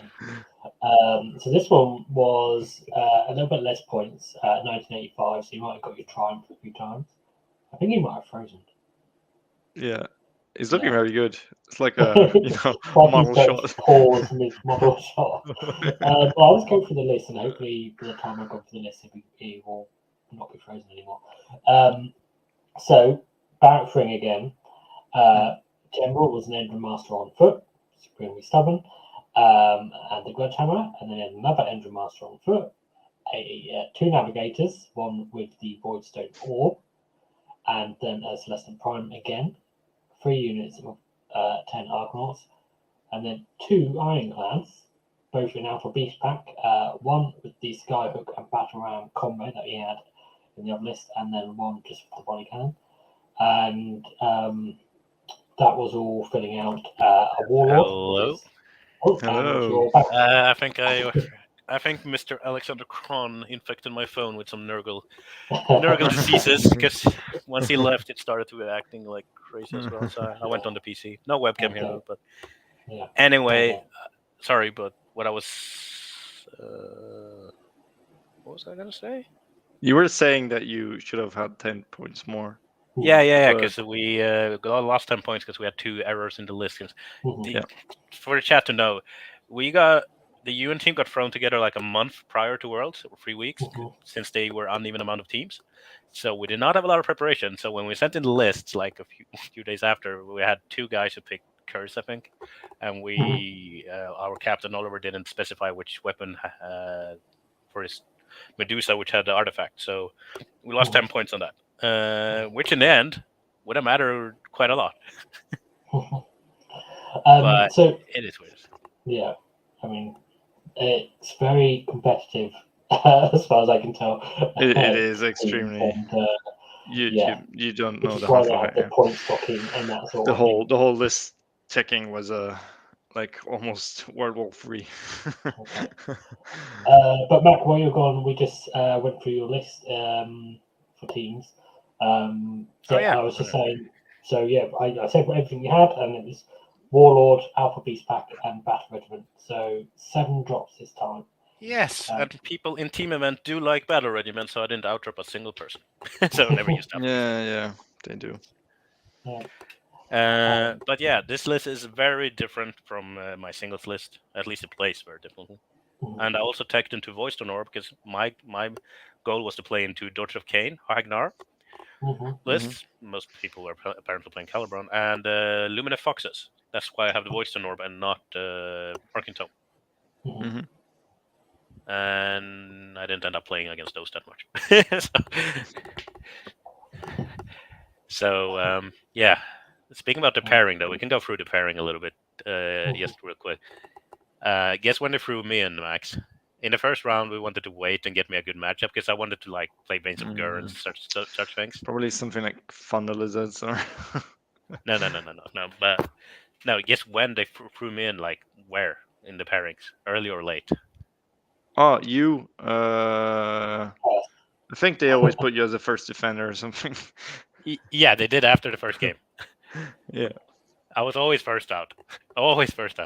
Because the thing is, most armies we faced everyone had a Seraphon, and I didn't want to play against a Seraphon because Ironclads. So they just threw me out first, and I just picked the one I disliked the least. At least if they put you as a defender, you have the choice. Good. Yeah. The first missions that were every time were pretty good. I played first, diagonal deployments a lot, so which was pretty good for KO. Yeah, for me, for Fireslays, always put me down as a defender for the 3 objective ones, because everything more than 3 objectives is a chore with Fireslays, with your whole aura castle moving about. Yeah. But diagonal deployment is good and the long sides are good for KO as well, since he has move around. Yep. But they threw me out first after the first game because I got quite pissed. With the pairing first game, I specifically told versus team we played France the first match. I specifically told them I do not want to play versus Siege with pinks on device with dense terrain. I said I specifically do not want to play against this. Anything else, do not pair me into this. And guess what happened? Fun. So you alluded to the fact your Soul Screen Bridge was stolen by someone else. Is that the only reason that you didn't have the Iron Drakes? Yes. Yeah, there's no way to deliver them. Yeah. But if you had had the choice, then you would have taken them and just done the same. At the same time, my list would have different strengths and different weaknesses as well, because this list is as I said, this list is good versus Lumineth Foxes, while the Iron Drakes is useless against it. So not useless, but quite weak. Cool. Also, there's one thing I don't like: how people say when they do planning. Like, I know they're good in weak matchups. I know that, but people say, "Oh, I should win this," and pretty much always 14-6 and so on. I hate when people say that, because you can always, sure, in a team you play more safe, but you can always get a win. You can always, if you play differently, if you play smart, you can always snatch a win, even though you shouldn't. People say statistically you never win this. Well, that's why we did our matchups by percentage. So you feel out of, so you're gonna win 60% of these matches. Of course, you're gonna lose 4 out of 10 against this opponent, but there's a good chance because you said 60%. Yeah, yes, and but I think people take it to the extreme. Like, even though we didn't, no one put in more than, I think the maximum was 65% anyone ever put in. Yeah, but I mean, like, there's always a chance of winning. Like we're gonna see that in the first game we're gonna go through. No one expected me to win that, but I played probably one of my better Warhammer games ever, and it was versus the former world champion in singles. So it was a great opponent, and it was a very bad matchup for me, which everyone thought I was gonna lose. But before we move on to that game, because we have got that game prep next, but I just want to ask, would you ever use this list in a singles tournament? Yeah, then I would just swap the Void Stone Orb to Arcane Tome, the Navigator. Or to another Endrinmaster, actually. But I feel like if this list runs into a safe stack list, it's just doomed. Not doomed, you just try to ignore the target, but it doesn't have the same punch. You should probably try to. We're gonna discuss that later, future lists, but there are different ways to play KO now. And remember, this is pre-White Dwarf lists. Yeah. That's why there's no Admiral. And for team event, I was the only KO player out of how many players? I don't know. How many players were we? 22 teams times 8 players. Yeah, so like 172 players. 172 players, 1 KO. And the results speak for themselves, I guess. Okay. So, I mean, yeah, just the sheer lack of people choosing KO tells you everything you need to know about the general perception. I mean, it's the same with Rania Nighthaunt. She was the only Nighthaunt, right? And she won 6-0 in the team as well. And I won 6-0 but KO in the team. She played perfectly into the current meta with that list. That was genius. Yeah, I mean, she's so good. That list is so good into stuff like Seraphon and so on. It's so good into all these high quality attacks. Yeah, because they don't care about rend, and if you don't kill them, they just come back. Everything just comes back. Yeah, it's great into the meta. I haven't played against Ronnie. I played a lot versus people in Team Sweden when I practiced before. On to the Worlds, but I didn't go with the team. But I never actually played against Ronya, which was sad. But now then there's a new book, so who knows what will happen. But yeah, this list in singles, I'd rather play the Drake's list, and now after the White Dwarf, there are other lists. But yeah. Cool. Right, so let's look at the first game then. So you alluded to it anyway against Siege, and so it's a 1-drop because there was a lot of 1-drop. This was the former world champion in singles, so pretty tough opponent. He won last year in singles. So.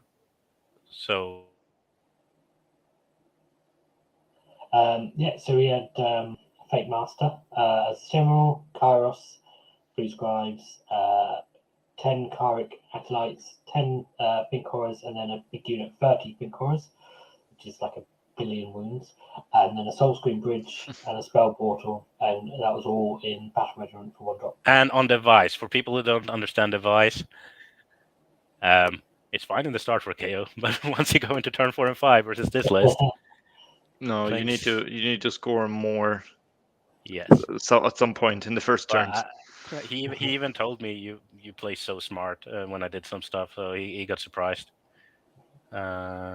which we're gonna discuss later. Because I think this is one of the best games I ever played. Because I actually got quite pissed when they said you're gonna play against Siege on device. I was like, seriously, I told you not the Siege on device. I got a bit pissed. That's probably why I played so well. But you shouldn't get pissed. It's a team event, so if you get unfavorable matchup, then You know, I didn't get pissed as in the rude way. I was like, come on, we discussed this earlier. There's so many other matchups that you could have thrown into, but we were quite new with the pairings as well as our team. Like we didn't really know, so I think they made a mistake as well because they got. I think I wasn't supposed to play against it. They just happened, but I mean, pissed sounds harsh. I wasn't like, oh, you idiot. No, I was like, come on, we discussed this. But then I said, like, all right, so what's the plan? Am I gonna score maximum points? Because that was the plan in the beginning. I mean, I wasn't mad at the team. I wasn't like getting in a bad mood. I was just like, I said, we discussed this, like, just a little bit. But then I was like, all right, so I'm gonna score maximum points because some teams didn't have a coach, right? And having a coach was so helpful. Yes. Even us as a UN had a coach, and he was great. His name was David. He was a French guy. He was great. Absolutely amazing. 10 out of 10. So anyway, on device versus Siege here, I was like, all right. So I picture a plan how I was going to play and try to play it out. So, yeah. You want me to go through, or you want to? What was that plan, first of all? Because I don't know. My plan was to score as many points as possible in the beginning, and if I see an opening, and I can get a win, I'll go for it. But I'm not going to risk losing big by taking that win. Okay. And then, so how did it play out? I mean, it was dense terrain as well. Didn't help. So what I did was, he gave me first. So, usual Siege Castle. He played Eternal Conflagrations, which was even worse for me because, that aura with -1 to hit from shooting from the Fate Master. But what I did was, I was on the red side this time, not blue. So what I did was, I had some Arkanauts very far back. Make sure that, because he could cast Soulstone Bridge through the portal and do an insanely long bridge. Insanely long bridge with the pinks. So I just made sure I was outside of, because his Destiny dice pool was insane as well. Out of 9 dices, I think he had 4 5s, 2 6s, and like a few 4s, and then 1 or 2 2s. His Destiny die pool was insane. So for saving, like versus an Ironclad with Karos later.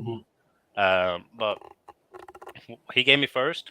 So he had pretty much in the middle and a little bit more lean to the top right. He had the majority of his army, like 30 pinks, which is, how many wounds is it? 150? Yeah. And you can't battle shock it now. I mean, in 2.0, I board wiped 70 pinks on shifting objectives, but then you could battle shock them. Now you barely can't, so. Only the brimstones, yeah. Yeah. But anyway, so. He had those pinks and Fate Master and all that, and then on the other side, protecting his south objective, he had 10 pinks and 10 acolytes, which he screened quite efficiently with. So my first battle attack was like, all right, gonna do broken ranks on those Carrick acolytes. So I just sent both my ironclads forward and kill those acolytes, and I also wanted to kill those 10 pinks because I counted his summoning points, how many summoning points he could get. So I killed those 10 pinks. Does that mean I denied him a summoning in his first turn? Because that's quite crucial. I didn't want 10 more blues right away. So he gave me first, so I did that. Killed those, got some battle tactic, and by doing this also, I wanted to stretch out that big 30 stack pink stack, because if I stretched it out, I know we couldn't bridge it. And by putting pressure on this flank, I know he knew he had to stretch that thing out without bridging. So that was my plan, and it worked perfectly later on. So that, in his turn, he has to stretch those pinks, because in internal conflagration, they actually do damage. So he had to stretch those out. He moved forward other pinks. He actually charged those pinks into my ironclad, which I don't know why. Those blues, so I unleashed hell and reduced them to mainly brims. There's a few blues left. The volley cannon ironclad. And that was pretty much that turn. I had to waste the Autumnbind to stop Kairo's 6 flat mortal spell as well. Because I had a plan. Because I wanted him. Because what I did the next turn. Because I won the prio, so he didn't double me. So what I did was I took Conquer on that objective. So, and I knew I knew I wanted to sacrifice one Ironclad to make sure he wasted as much as possible and stretching himself as thin as possible. So what I did was I flew objective to stop his potential play as well. This is where he played. He didn't expect that. He said it was way too smart, very smart. I flew home high to my southern objective, which has moved with Ironclad and blocked his potential teleport if he wanted to do that. So I just zoned him out and just shot long range into those horrors that were left, and that Ironclad shot into them as well. At the same time, I had made sure that Ironclad was as far away as he could get. Quite a few shots with pinks in, but he had to stretch them. And to get the objective back, he also had to get Kairos on the objective, because I had debuffed his Fate Master, so he was so slow. So he couldn't just flow the blue scribes and the Fate Master into it. He couldn't get any pinks to it, because then he couldn't shoot. So I wanted to make sure he wasted as many things as possible to kill this Ironclad. And if he doubles me after, he can't do anything. So that's exactly what I did. Oh, actually, he could have killed my Endrinmaster if he doubled me, but because I had a one Endrinmaster. Sorry, one question. So you won priority into 2. Yeah. I took Conquer, took that objective. How do you choose Conquer? Because he held the objective. opponent is not controlling any objectives, isn't he? Yes. It's the same objectives. The objectives move. They're not new objectives. They're not new. They only disappear in the last when you change the last position. Okay. Yeah, it's only when they go into the middle. Yeah. Yeah, in the middle. That came up in versus the Nurgle player. We had to ask a T on that. Then it actually hold it, because then I was gonna do the same, but it couldn't. But here they don't move. They have to move. Yeah, makes sense. Okay. So he held it. So I took Conquer. I killed those pinks, so I got an extra point, for primary target. And I held more objectives, so it was a huge round. I scored like 6 points. So I already had like 9 points. No.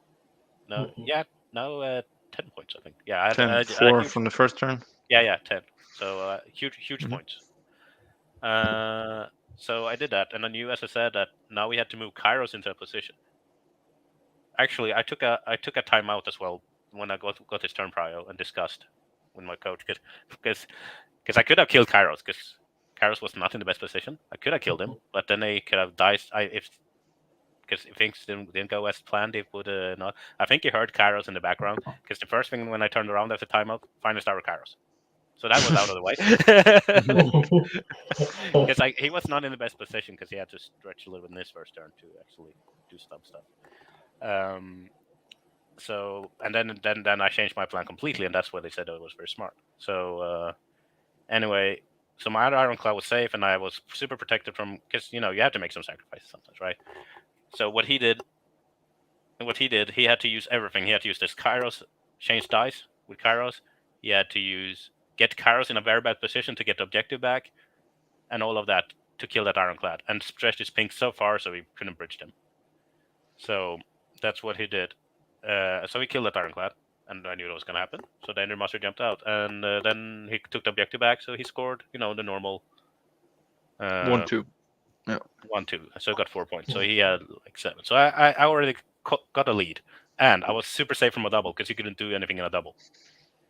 So he got the double. So he took his timeout. And after some discussion, he decided to give it to me, which, sure, he couldn't do any battle tactic, or actually he could have done Monster's Takeover. So I think he should have taken, because now he had no finest hour. Sure, he had Mystic Seal on Kairos and good Destiny dices, but I sent in Prime, charging Ironclad, the Endrinmaster that jumped out of the ship managed to hit the 9-inch charge, because I didn't want him to redeploy. So I just got everything into Kairos and I smacked his face with a charged Ironclad, and after that the game was pretty much over. And in his turn, because I knew by then as well, when I had killed Kairos in my third turn, I knew that he's not going to be able to score battle tactics for 3 turns now if I play right, and that's what happened. So I just backed up with my Arkanauts. So I pretty much and then later on I just tied up with Prime. I Prime tied up the third Fink stack, while I just killed the other 2 lords in the later turn, and I let them have the middle, but I didn't let him have battle tactics, while I scored battle tactics and I was already ahead. Yeah, and that's a big thing on devices, that you quickly run out of battle tactics you can achieve. Yeah. Because you cannot do aggressive expansion. So you can do Ferocious Advance, and then the next one is either conquer, kill something from your opponent, or do a Savage Spearhead. Yeah, So I played with various. KO, okay. I played possible. versus. Yeah, I mean, we're not going to talk about the game, but later, so I must mention it because I faced Nurgle with some flies, 60 Plague Bearers, and a Greater Demon, and so on device again later in the tournament. I played with it around the same approach. Yes, felt easier because I ended up pretty much board wiping him somehow, even with 60 Plague Bearers and the flies and so on. But I already knew by turn 2 that I'm going to deny him free battle tactics if I play it right. Or by turn 2, and that's what happened. So I denied him free battle tactics. Because that's what I don't like in new books, like in the Daughters of Cain, to have so many automatic ones. They're so easy to make. Because battle tactics are already quite easy to make. And by being able to deny things, that's a way of showing skill, in my opinion. Like knowing that you can deny, especially if you look at it early, you know you can deny so many battle tactics. I feel like it's. Yep. I feel like those easier ones that even get implemented now with bad. The same for KO. KO get that super easy one. Yep. They get a couple of super easy ones. Yeah. Don't even need to do. Yeah, so I don't like that. I like when you can deny. I like when you counterplay. I like when you can deny stuff. So I played versus a Nurgle matchup, which was a lot of bodies and so on. The same approach, and use Prime as a more of a pinning piece than killing piece. Like because the Prime just pinned those pings in the corner. He just stood on the edge on one of the sides and just pinned them down. So yeah, I played that game very well in my opinion and managed to snatch the win. But unfortunately, I was the only one in our team who won versus France, so it didn't matter. But a win for a KO is a win for a KO, right? Yep. So I felt like that was probably the best game I played during the tournament, and because I haven't discussed everything, but I mean I did some very smart plays and very precise movement and zoning and all that, and just controlling him pretty much. And as I said, he was not a bad opponent since he was the former world champion. So so it felt good, but I felt bad that the team lost. But it was well. So there's that match. Max, any questions about that game or? Nope. I pretty much explained everything. Yeah, sorry. I think you did. Yeah. I resisted the urge to try and draw on the map. Yeah, you haven't drawn anything. I'm pretty sad. Well, I knew straight away I was going to get the positions of the pink horrors wrong, so I was like, I'm not going to try. Yeah, but it was a great game. I'm just going to mention the second game was versus Idenef First Blood. I won very easily fast.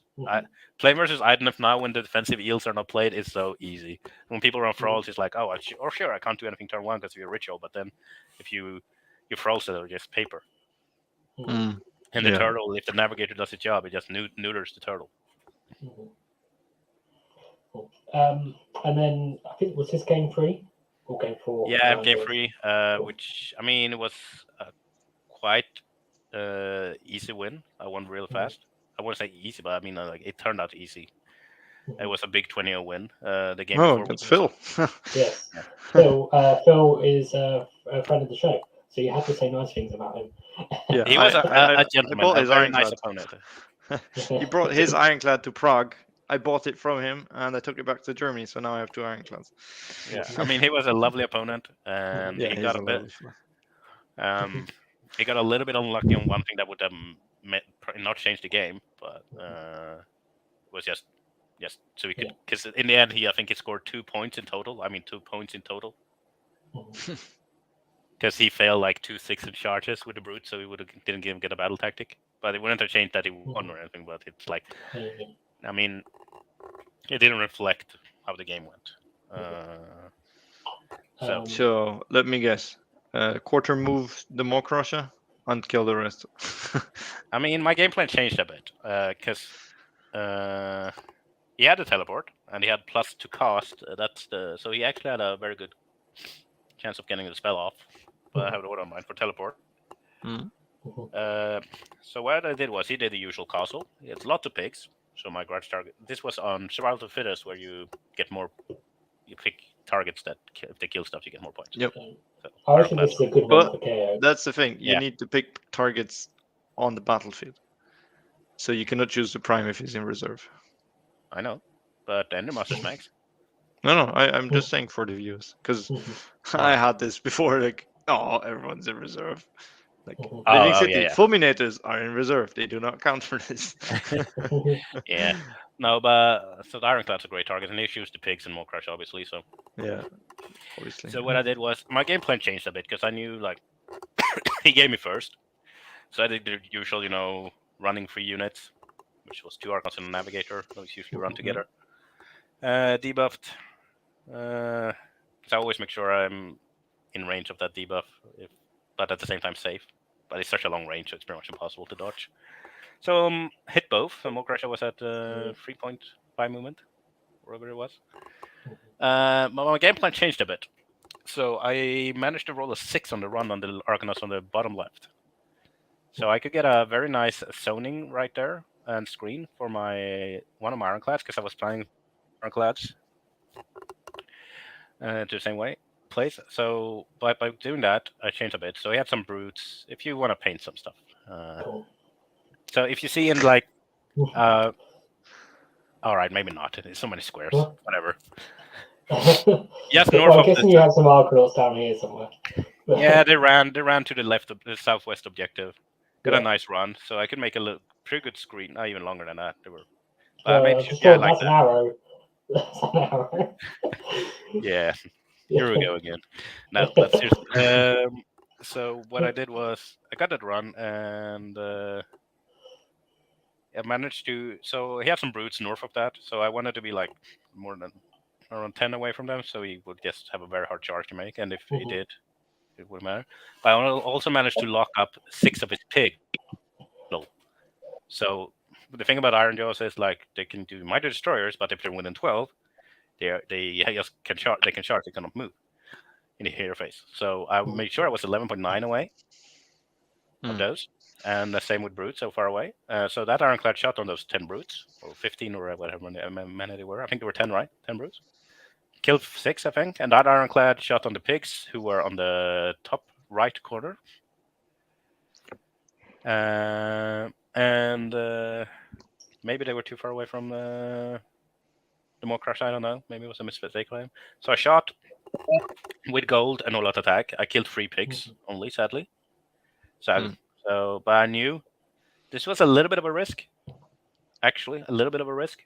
But I knew since the Mokrash was very slow, I have one on bind, so I'm safe from the Mokrash. I'm safe from the other pigs, kind of. He can hit the charge, but he will not get all of them in. And that's what happened later. So I charged in and killed the other 3 pigs. And in this matchup, I put both my Endrinmasters in the Ironclad. Charging Ironclad. So killed those pigs. So those pigs were gone, and the other ones were locked. So when his Mokrash appears move, he did a teleport. He rolled a 7, and this is where I took a little bit of a risk. I spent the gold on the Navigator to reroll my Unbind, and I managed to get it because I didn't want to waste what Unbind turn 1.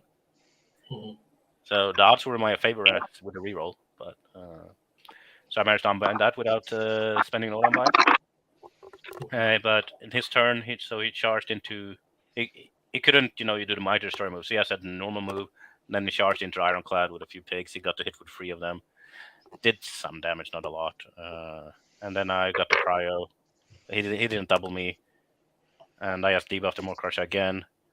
Killed the rest of the pigs and some Ardboys. And yeah, he has a Lords left after that. And a few brutes. And then when he hit his turn, he tried to do the spell again. He got a really high cost, and he has to unbound it. So, and the game was over after that, pretty much. Because we rolled off for turn 3, and I won that prio as well. And then I would have to kill this more crusher with charging Ironclad Prime and all that. So it was over quick, real quick. But the reason we went through this game is because you wanted to talk about controlling movement, right? Yeah. That initial thing about moving to like 11.9 inches away so they can use the Mighty Destroyers. Okay. Yeah, it changes a lot. It does change a lot. So you know that they can't move in the hero phase. They have to charge, but they need 2 6s to hit you for a charge. And if they so it was a way of just protecting the Ironclad. because my destroyers. I mean, 12 picks, and more Crusher can be quite scary otherwise. It's a lot of. Oh, they will wreck anything in the KO book they touch.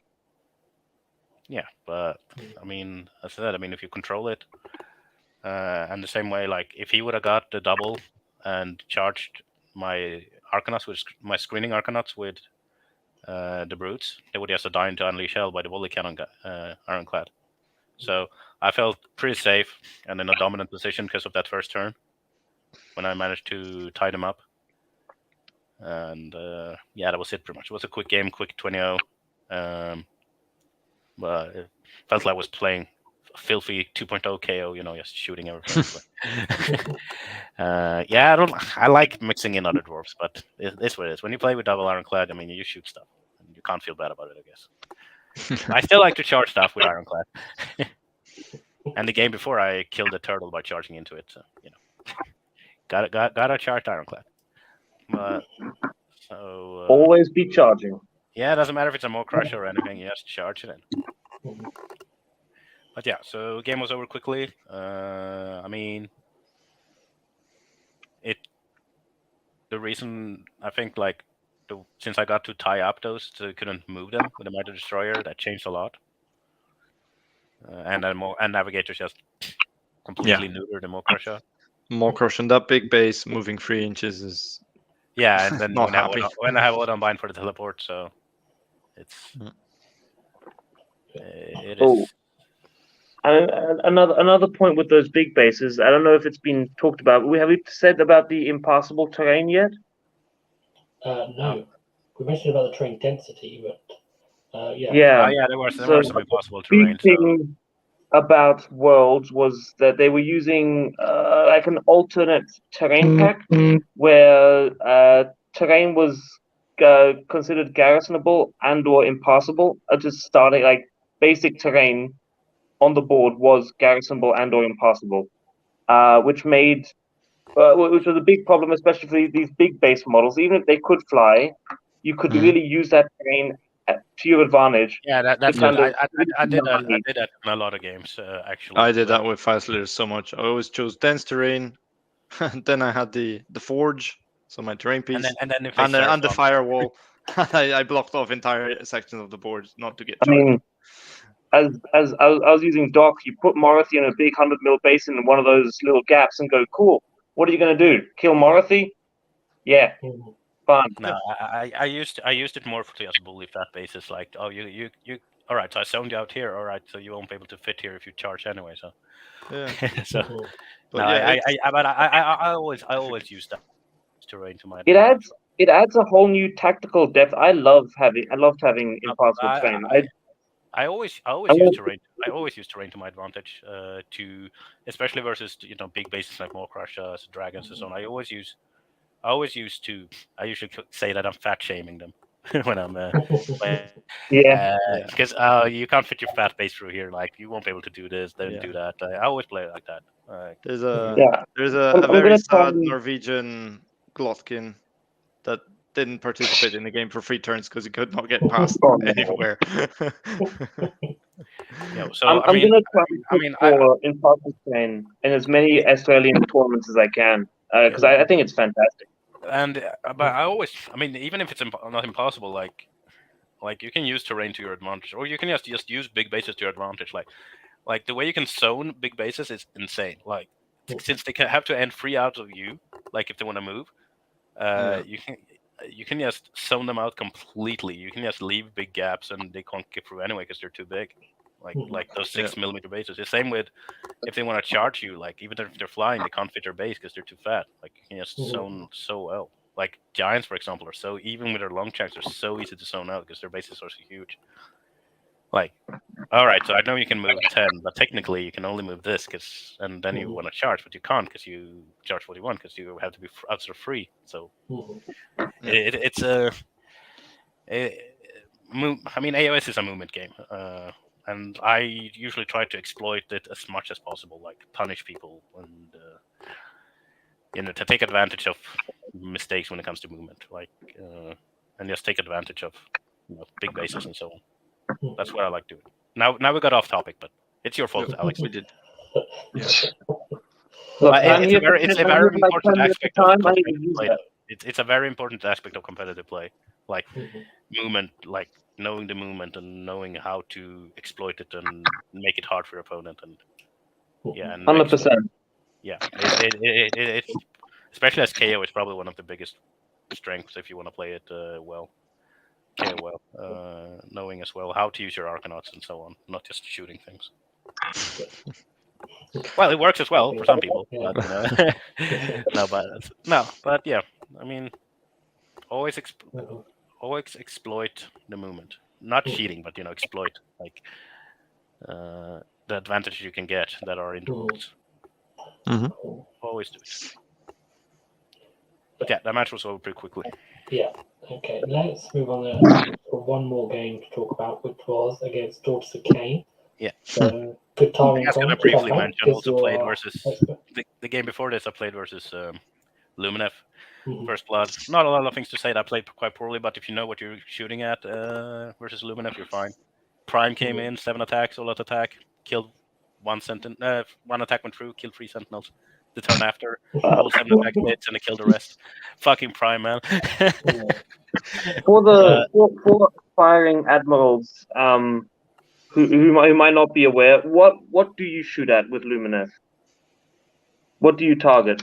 I mean, the Foxes first. I actually lost an Ironclad turn 1 that phase because he spiked so hard with the Foxes shot. Because he didn't have rerolls on his mortals, and he only did mortals on 6s. But still, my Ironclad died. Because he rolled on every shot, even with all of defense, every shot he made hit, and every D3 shot was 3 damage. So that Ironclad died, which was annoying. But he ignored Arkanauts, and Arkanauts on the objective shred Foxes, man. Yeah, I mean, you absolutely cannot charge them, but the moment you get a shooting unit into them, they do die. Yeah, I mean, Arkanauts shred everything with a bad save on objectives. So. But yeah, that was the game. Won that 20-0. I played poorly, but actually, but it doesn't matter versus if you know what you're shooting at versus Lumineth, you're fine. Anyway, this game it was also a bit of a coin flip.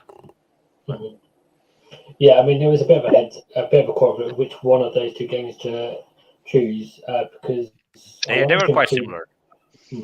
I lost our. Sorry. I lost an.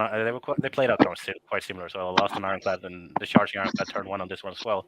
More because somehow. Well, you can go forward first. Yeah, I mean the reason I wanted to choose one of these two was because of losing an Ironclad early. But this was against Alessandro Nordino. He had Varathi, and a Bloodrat Medusa, and then 15 Bloodstalkers. 10 Bloodstalkers, 10 Witch Elves, 9 Canine Shadowstalkers, and Geminids, and also Battle Regiment. So 1 drop again. And this was on Survival of the Fittest again. Yeah. Yeah, I played 3 different missions, I think. I played First Blood, Survival of the Fittest, and Device, and Team. Each of them I played twice. Yeah. Did not play the maps I was supposed to play, like Veins of Gur and so on, but it worked. Anyway, so there's a lot of Bloodstalkers. Yeah.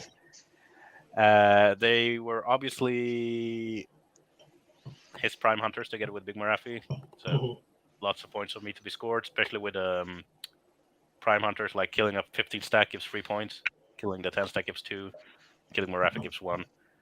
I would have won even without that, but either way. So he gave me first. So I had a pretty good plan here. Just stay outside of the 24 shooting in my first turn. And maybe I have to eat it in the second double, but that's what it is. Maybe I lose an Ironclad in. But what happened is, so I wanted to make sure to damage Marathi right away. So I managed to get my Navigators, because I think he misplaced his Big Marathi a little bit. But he didn't have a lot of screens, so maybe he had to. So she was pretty much alone on a flank. But he didn't have any screens, so he pretty much had to. So I shot when one of my Ironclads, who was on the bottom left, more than 24 away, behind Arkanauts. I shot into 10 Witch Elves. More to the left, but whatever. So Marathi was down to 3 movement, or whatever it is. Didn't get any 6s, because that would have been nice if I would have got like a 6 and do 3 mortals and not having to do anything my first turn. That would have been nice. Mm. But I didn't. So yeah, but so I shot at the Witch Elves, but this was Kharadron. My list is supposed to be against Hagnar. I don't think my list is good against Kharadron, because first, everything is -1 to hit by shooting. Secondly, I have Voice Orbs to stop that teleport from Marathi, but when they have a teleport at will every turn with a Kharadron ability, it's quite hard.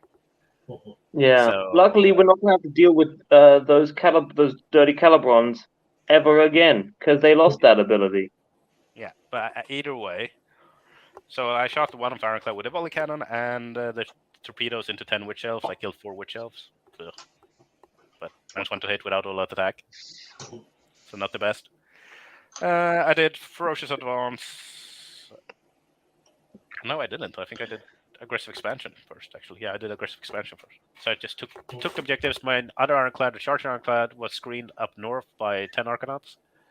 And I made sure I could hit Marathi with the 24-inch shots. So I all out attacked. She was a grudge target, of course. And I actually spent the gold because I wanted to make sure to do those 3 damage. It was very important. So I did those 3 damage to her. First turn already. He took his turn. He teleported with the Kharadron thing. 10, 15 Bloodstokers. And only 1 volley from them in the shooting phase plus Marathi killed an Ironclad with all out defense. I think he got 10 mortals on 30 shots. Yeah, when they spike. Yeah, so that was like, but Marathi of course did 5 damage with her shot. So I think my Ironclad died by 1 wound or something. So I was like, all right, that sucks. Lost an Ironclad turn 1 again, 2 games in a row. What the fuck is this? I hadn't lost a single Ironclad before in the tournament, pretty much, apart from the KO. So I was like, what the fuck is happening? But I had that Ironclad, so I won the turn priority, and so he didn't double me, which was lucky this time around, since he got lucky with that spike. I didn't feel bad. So those Bloodstokers were out of position, so I just popped everything with, the bullet cannon, and I rolled pretty high on that, so I just blew away 10 Bloodstokers or something from that stack, and Prime came in, because I had a gap for other Bloodstokers. Because he didn't have a lot of screens, so Prime tagged, the Bloodstokers plus both Big and Little Marathi. So Prime himself did 3 mortals to Marathi, and she was still debuffed. That's so strong with Prime. If both Big and Little Marathi are close to each other, he can do those 3 mortals by himself quite reliably. And she charged into with all out attack and 5 attacks. He managed to kill 2 snakes. I think I rolled 3 ones on the wounds. And then he died a horrible death the turn after. But the thing is, by doing this, he could never come to the objectives. I had a big point lead. And he got the double into turn 3. But he couldn't do much. So he had to just kill some Arkanaut, I think. And I burned an objective. So I burned the middle. Because what I like about KO on these maps, you always burn the middle. So your opponent always has so far to go to objectives. Yep. You just dance around them. So I'm sure Kharadron can teleport wherever they want. But. So in my turn 3, I killed that 15 stack of bow snakes. So that gave me just by killing them, because I killed them with Ironclad. It was my Prime Hunter. And nice. And then you get an extra 3. And I killed Marathi in that turn as well. And you get an extra 3 points because those bow snakes were. Yeah, that's why I said I got 4 points. Yeah. And I killed Marathi in that turn as well. So, and guess who killed her? Because he got a little bit lucky with the shrugs first, so I killed her with my last Navigator. 2 shots. Killed her. Sucked that Marathi. Yeah, after that, the game was just damage control for him to be able to score as many points as possible, but I ended up bringing this last bow snakes and so on, so I won quite comfortably. I mean, you only need 1 Ironclad, right? No. But since I was able to do damage to Marathi so early, it became easier. Because that's really key. In Kharadron, you can't ignore her. Like in Hagnar, I can just dance around her, kill the snakes, and use the Voice Orb to stop the teleport. But here I can't. So, but I won. So, and that was 6-0. 6 wins for the KO in the team tournament, and only KO. Well done. Oh, Yeah, really good job, man. And 4-1 in the solo, so 10 out of 11 wins. Yeah. 16 if you count the qualifiers in Sweden. And not only that, in team event, it's not like the game. That's the difference with this list. That's what happens when I play 2 Ironclads, I guess. I scored 107 out of 120 points for the team. I mean, like, you can, as a player, you can maximum score 120 points, 20 per game. So I only missed 13 points in total in 6 games. So that was pretty good as KO. Yeah, very nice. So, I mean, I don't really have any questions about this game. It's more about... Yeah, sorry, I'm explaining. I remember every move. That's the problem with me. I remember every move in every game. I mean, I even remember the games we talked about last year, like the most moves in those games and so on. So my memory is too good for this. So so I remember every move I made in every game. So I could go deep in detail on every game, every move that happened that I played at Worlds. But we're not going to do that. Even though I almost no. I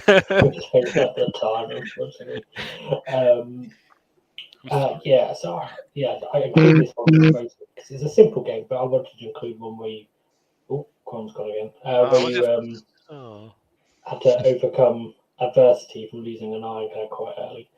Although it's not quite the same when you've got 2 ironclads. I mean, with a Thryng list, with Iron Leagues, it happened when I practiced. I lost an Ironclad turn 1 and still won games. So things like Seraphon and so on. But, but after all, my main takeaway from Worlds, it was too bad that he did this going up. It was amazing to meet so many people that he played against on the internet and talked to and so on. It was just a great experience. I even met Max in the end. Ran into him in the end. And I met Kron a bit earlier. But yeah, met so many nice people, man. It was so much fun.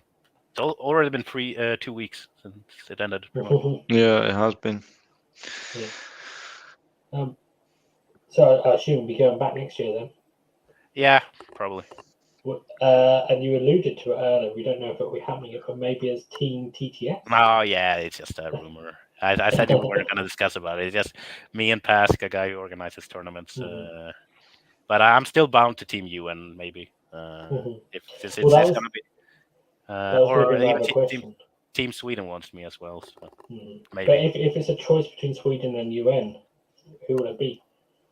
I don't know. Tough call. I mean, I'm not 100% on Sweden yet. Since I need to prove myself a bit more on the local scene. Apparently, so I haven't played a lot locally. I mean, I'm a TTS player at start, so.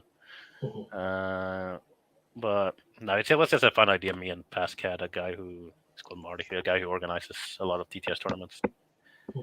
And since we have a quite tight community, where a lot of people know each other, we thought, why not? I mean, now the doors are open. I mean, Team UN is confirmed to be a normal team next year as well. It was not just a one-time off. So, well, it's confirmed unless we get an even number of teams. No, it's confirmed. It's the council have said it. Okay, the council will be re-elected. So no, but basically the idea of a UN team is to be the the team that jumps in if we have an even number. That's but next year it's going to be be one of the teams as well, according to those who organize Worlds.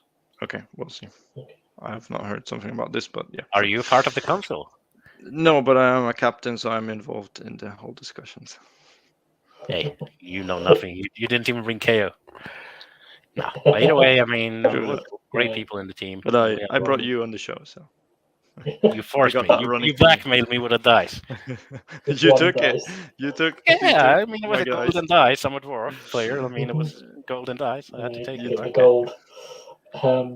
So before we could end the show because it's 2 hours, but obviously this was all pre-White Dwarf. Yes. And we've alluded to how you wouldn't necessarily use these lists now that the White Dwarf is out. I haven't prepped anything. You did send me a list. Yeah, you can show that. Well, I haven't prepped it, so I can't. I haven't got a screen. I mean, you said that's the one you've been trying. I'm going to get up my phone and read it out. Oh, so you can't. But no, I was lazy. One list. I have more lists. But... is one of many lists. Where is it? Yeah, Max complained 100. What did you say? 100 and. Yeah, I turned on my Discord and it was 107 messages. Yeah, me and Lee talked late night. Like, Yeah. What's happening? Yes. So, I mean, this is first of all, is the list you sent me. What you would get is that your go-to list. This is the go-to list that I play now.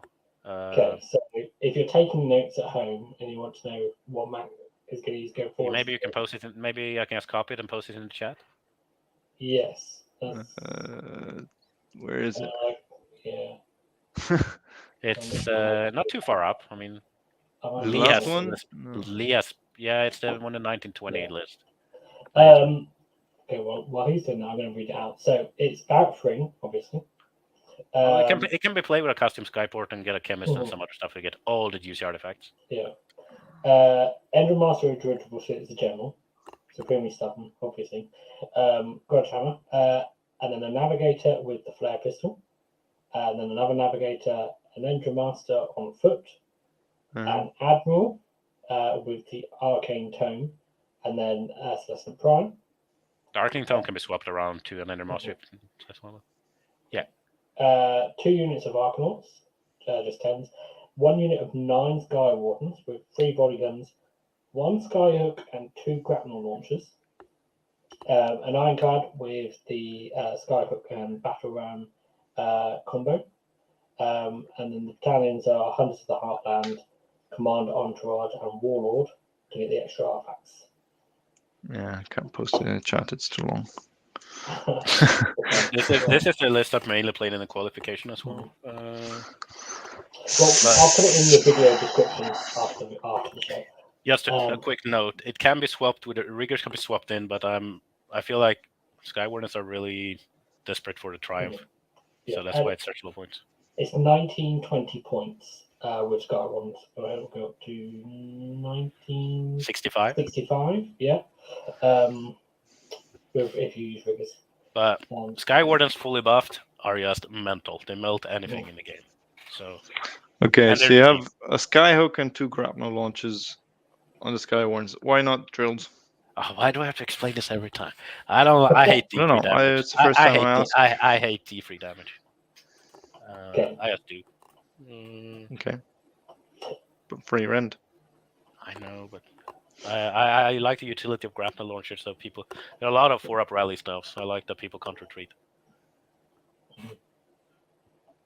Okay. Or that if you charge a screen after you shot something, they can't retreat if you don't kill them anyways. And if you use the Admiral on them, they have free rent anyway. Yeah. That's what I'm doing that list. And you thought you played it wrong as well. You thought you had to roll for it. Well, I wasn't rolling for it. And then someone mentioned about rolling. I was like, oh my god, I've been forgetting to roll. And then you mentioned it. And like, no, the ren's already there. I was like, oh, thank god for that. I've only choose one. The roll is only for the charge. Yeah, and the ward removal. Yeah, so I've only... But yeah, 9 Skywardens that shoot and with +1 Ren. Let's say you have Flarepistol and Triumph. I mean, you could buff them even more with a Chemist, but it's not in the list. Like an all-out attack and Triumph, like they melt anything, man. They do so much damage. And if not, they put a big enough something else can finish it off. And they're cheap. I mean, if you compare them to Iron Drakes are more consistent, but they require a lot more babysitting, a lot more points to be teched into, and they're slow as fuck. I mean, these have this almost the same amount of wounds, 2 less wounds. They suffer less from battle shock, but they fight better. They did not ignore Rend 1 on shooting, but they are faster as well. So, like, I see them in this combo now with an Admiral as a better Iron Drakes combo for less points and more mobile. And as I said, I have plenty of lists, but we don't have time to go through all of them. So, but this is my strongest list. I think. Just a bit sad that it's pure shooting. I do have some more melee focused, not focused, but more melee oriented stuff as well. But it's pretty much always a charge Ironclad. If I play with more melee oriented, I usually don't have a charging Ironclad. Then I usually run a more long range Ironclad or volley cannon. But in these lists where it's pure shooting, I feel like having that battering ram is so big.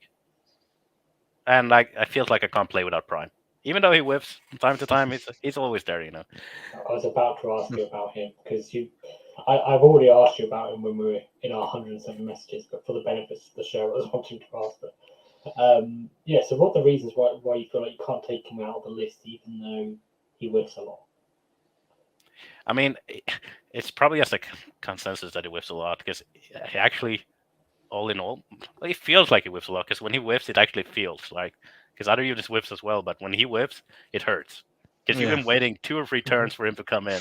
He comes in and does 7 attacks, and then you see those ones like 7 attacks and 2s and 2s and all those ones. It's like, why, Prime? Why?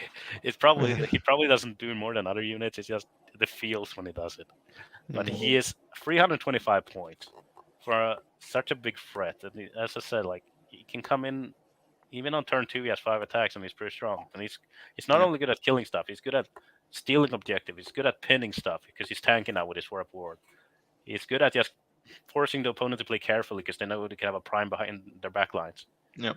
And even as I said, like now when people play 1-drop, I can't drop him first. It's like, all right, you go drop your army. So I feel like for 325 points, he's such a bargain. And it gives something KO don't have.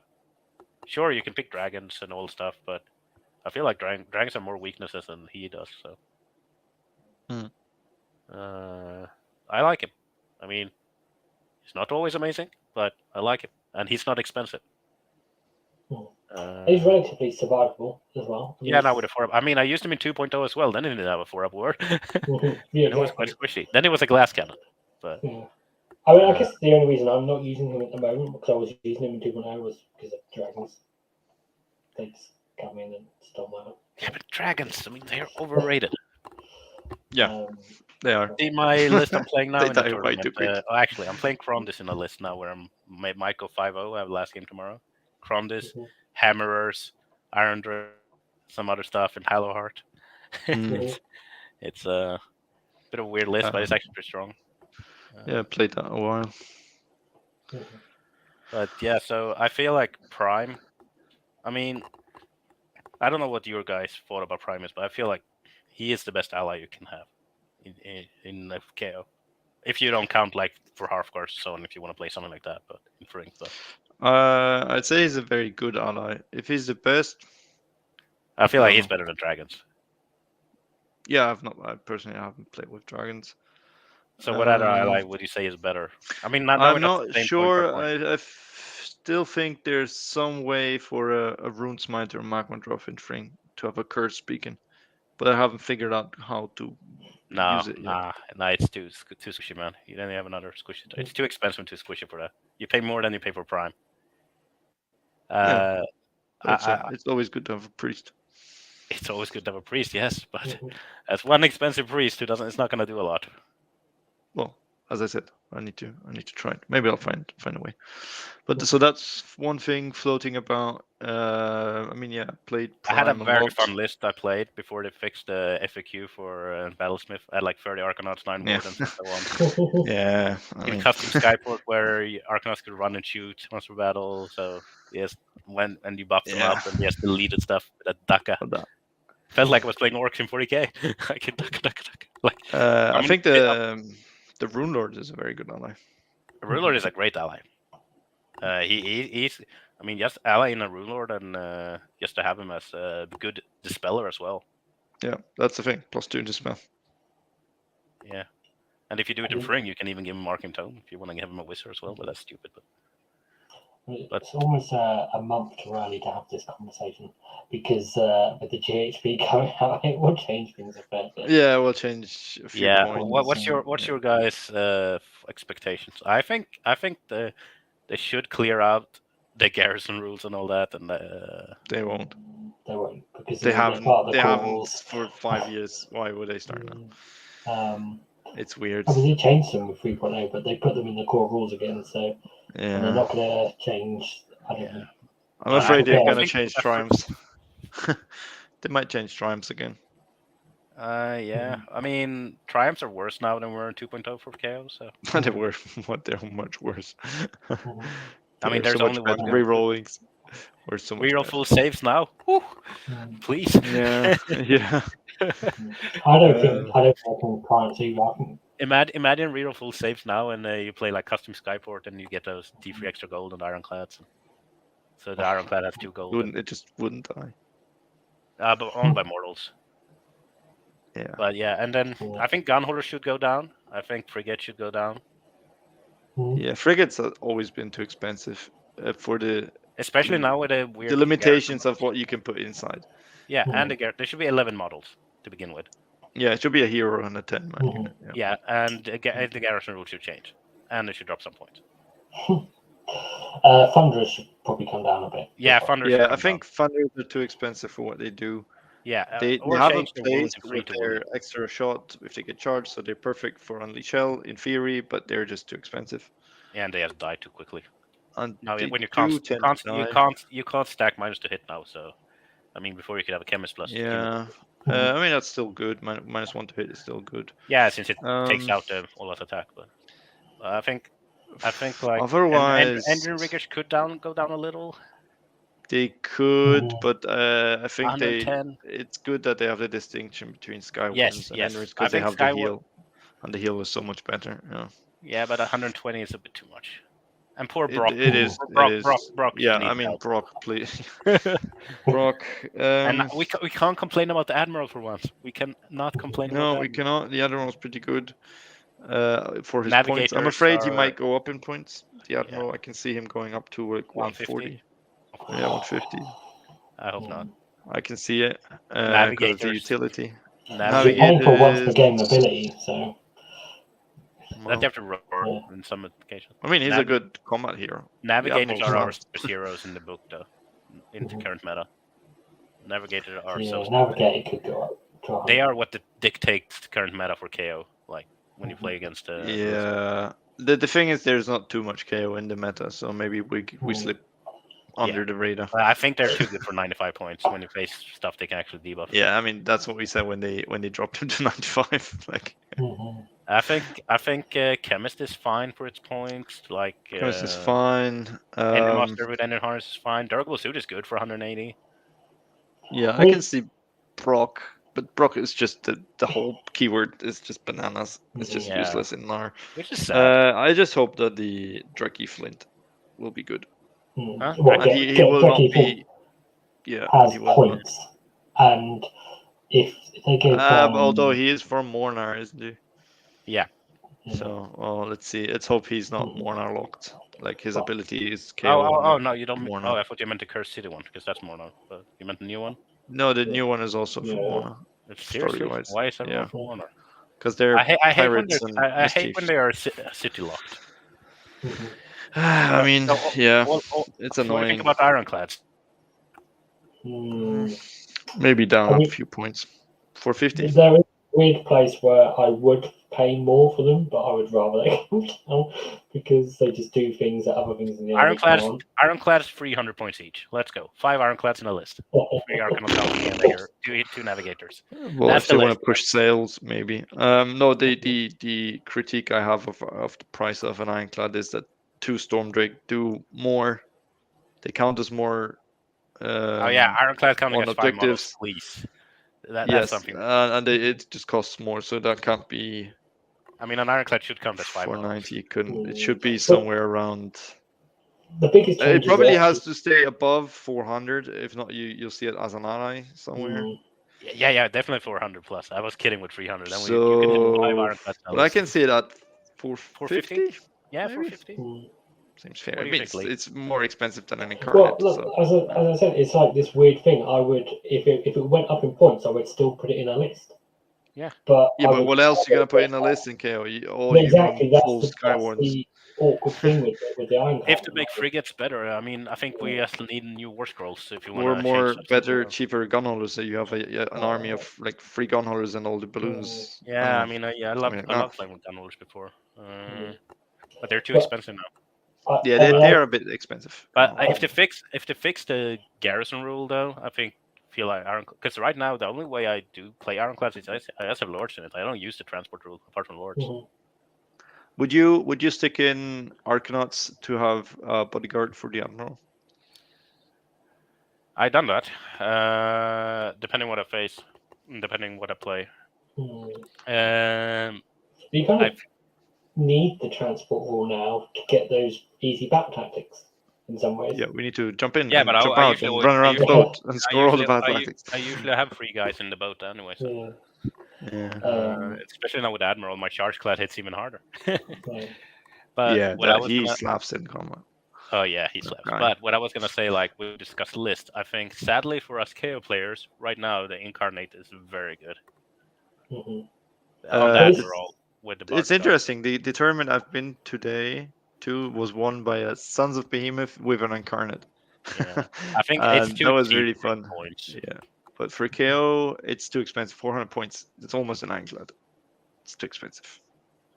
I reckon it could do some work in the KO list. It can. The question is, will that go up in points in the GHB? I think so.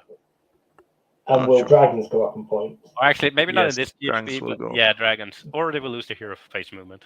I heard that too. But like both. If they lose the hero face movement, they get lose hero face movement.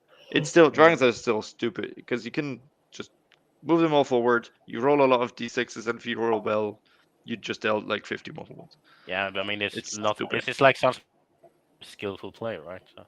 No, but it's still stupid. It's a stupid army because if that happens, it's still. I did make a challenge to my coach when we played a test game. We played versus 8 dragons with his double Ironclad list, and I won. We did a test game. Yeah, you can't win against it. But what I'm saying is, but I said I'm gonna kill your 4 dragons here in 1 turn. He said, "You're not." Well, I said, yes, I will. I didn't even get to charge. They died by shooting because I spiked a bit, even with all that defense. Yeah, maybe that's one thing that we did not mention from your list is if you charge in the Ironclad with a hero inside, the opponent does not get to unleash him. That's because you have 2 units. Oh my god! I had to explain that to everyone at work. Yeah, that's maybe something to take away for also for our viewers, which is a very very I had to explain it. Thing. I even had to call the TO one. Oh my god! Just read the rules, guys. Yeah, I've had TOs rule against that though. They shouldn't. Well, yeah, I agree. How? But they did. It says specifically in the rules if there are if there are no enemy units within 3, you can unleash them. More. And they do count as within. They always have. They never count for objectives, but they always have counters within for purposes of Savage Spearhead and that's 2.0 and when you could get that's extra also something. It's pretty good. So you can charge bow snakes, you can charge long strikes, you can sentinels, you can charge all the stuff. All the scary stuff. Yeah. Yeah, or dragons even. I mean, although a last word would work against it. Last word. Yeah, the last word doesn't do a huge amount. But only the 1 gun. So. But that's one thing out of how many unleash shells are there in the game that can do unleash shells. Now, I mean, charging the Ironclad has a lot of values, and as we discussed, Lee, if you are within 12, you might as well charge, right? Yeah, because if not, you're getting charged yourself. So. If you don't have a screen, It's I mean, don't take it if people are listening and actually thinking. I mean, charging the Ironclad, it's not like I charge it like randomly into a screen or something. I kind of specifically charge when I need to charge and when it's not a lot of risk for my Ironclad to get pinned down or die. So it's just an extra 2 phases. And I usually combo it killing centerpieces with Prime. Like they're a pretty good tag team combo because one has an automatic charge, another one has a 70 charge and reroll. So lots of mortals and lots of hard hitting melee attacks. It just combines very well because you have multiple phases where you do damage. So you do damage in shooting. Yeah, they don't have. Then in charging, then start of combat phase, you drop a bomb, and then you still have the Admiral or Endrinmaster inside slapping. Seriously though, the Admiral is slaps so hard. It's. It's free attacks, usually 2s and 2s, rerolling 1s. So if you give him the Arcane Tome, are you gonna give him Flaming Weapon? Yeah, probably. Just for fun. Why not? 4 damage flat. 4 damage. I can tell you from experience, from Price List, 4 damage flat on weapons. I played a lot of fire. I played quite a lot of Fire Slayer New Book. The Runefather slaps, man. I found the Rune Sun slaps more, but that's a different topic, maybe for some. Yeah, on Magma Drop. No, on foot. On foot, really? Yeah, with Axe and Grimnir against monsters. Each 6 is. Oh yeah. And he's 80 points. I know. I kind of like new Fire Slayers. They're more fun to play, at least. Yeah, they're a bit more challenging. Yeah, but it's. I think they're worth relatively, but they're more fun to play. They have some inherent army challenges. The army has some challenges for. Yeah, and speaking of Fire Slayers, I think there's still space for Hearthguards and so on in Barak Thryng, but it depends on the list you build and the missions. I think they're better options, but I think they're still play. Yeah, in a defensive manner, so you drop them on an objective and they hold. I mean, I had a list. I have a list with both the Iron Drakes and the Hearthguards. I actually had before the new book, because now they're too expensive. The Hearthguards. Since you can be cheeky and ally. Every lord you just use as an ally, and the rest is coalition. Yeah, so you get enough units. Yeah. Yeah. So, but I don't know. Other than because I don't feel like it's never worth putting them. I don't think it's worth putting any Magma Drops in Barak Thryng. Then you might as well just put dragons. Yeah, I think I played a bit when the 3rd edition first dropped, just to have a monster in there, a Rune Sun, when he still did the Mortal Wounds on Impact. Yeah, I tried that as well, and he was cheap as well. He was cheap, was okay-ish, let's say. But he's just better against hordes, and there weren't many hordes about at the time. At the same time, Ironclads and KO in general, that's actually pretty good against hordes. Ironclads are good against hordes. Not against hordes, saves. Yeah, they're good against bad saves, yeah. Yeah, that's the thing. And that's where my singles list came from in the beginning of 3.0. It came to counter those type of things. Yeah, although Iron Drakes with 2 rend are good against anything. Yeah, I mean, I don't care if it's Kragnos or whatever I'm shooting at.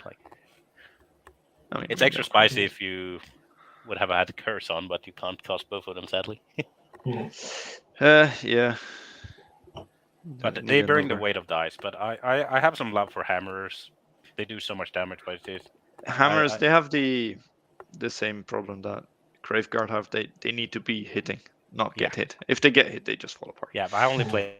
Okay, I give them +2 charge, so they're +3 to charge, and I Soulstone Bridge them and just delete stuff. Yeah. It's Tempest now. Yeah. No, in Tempest Hallowheart, much better. Sure. I prefer Hallowheart, but now we're going off topic. So. Yes. Going on, but it wouldn't be Aethercast without a little bit of a tangent for a while. I think we should probably end the show here because we are already 2.5 hours. Holy shit! I'm 2.5 hours. So, everyone that's been watching, thank you very much for watching. Matt, thank you very much for coming on the show again. I want to shout out my lovely UN team at Worlds. And there's one in the chat. Fantastic guys. Lucas is in the chat. Huh? One of your teammates, Lucas, is in the chat. Oh, he is. I can't see the chat. Why can't I see the chat? Did you go on YouTube? I don't know. You should be able to see the chat. No.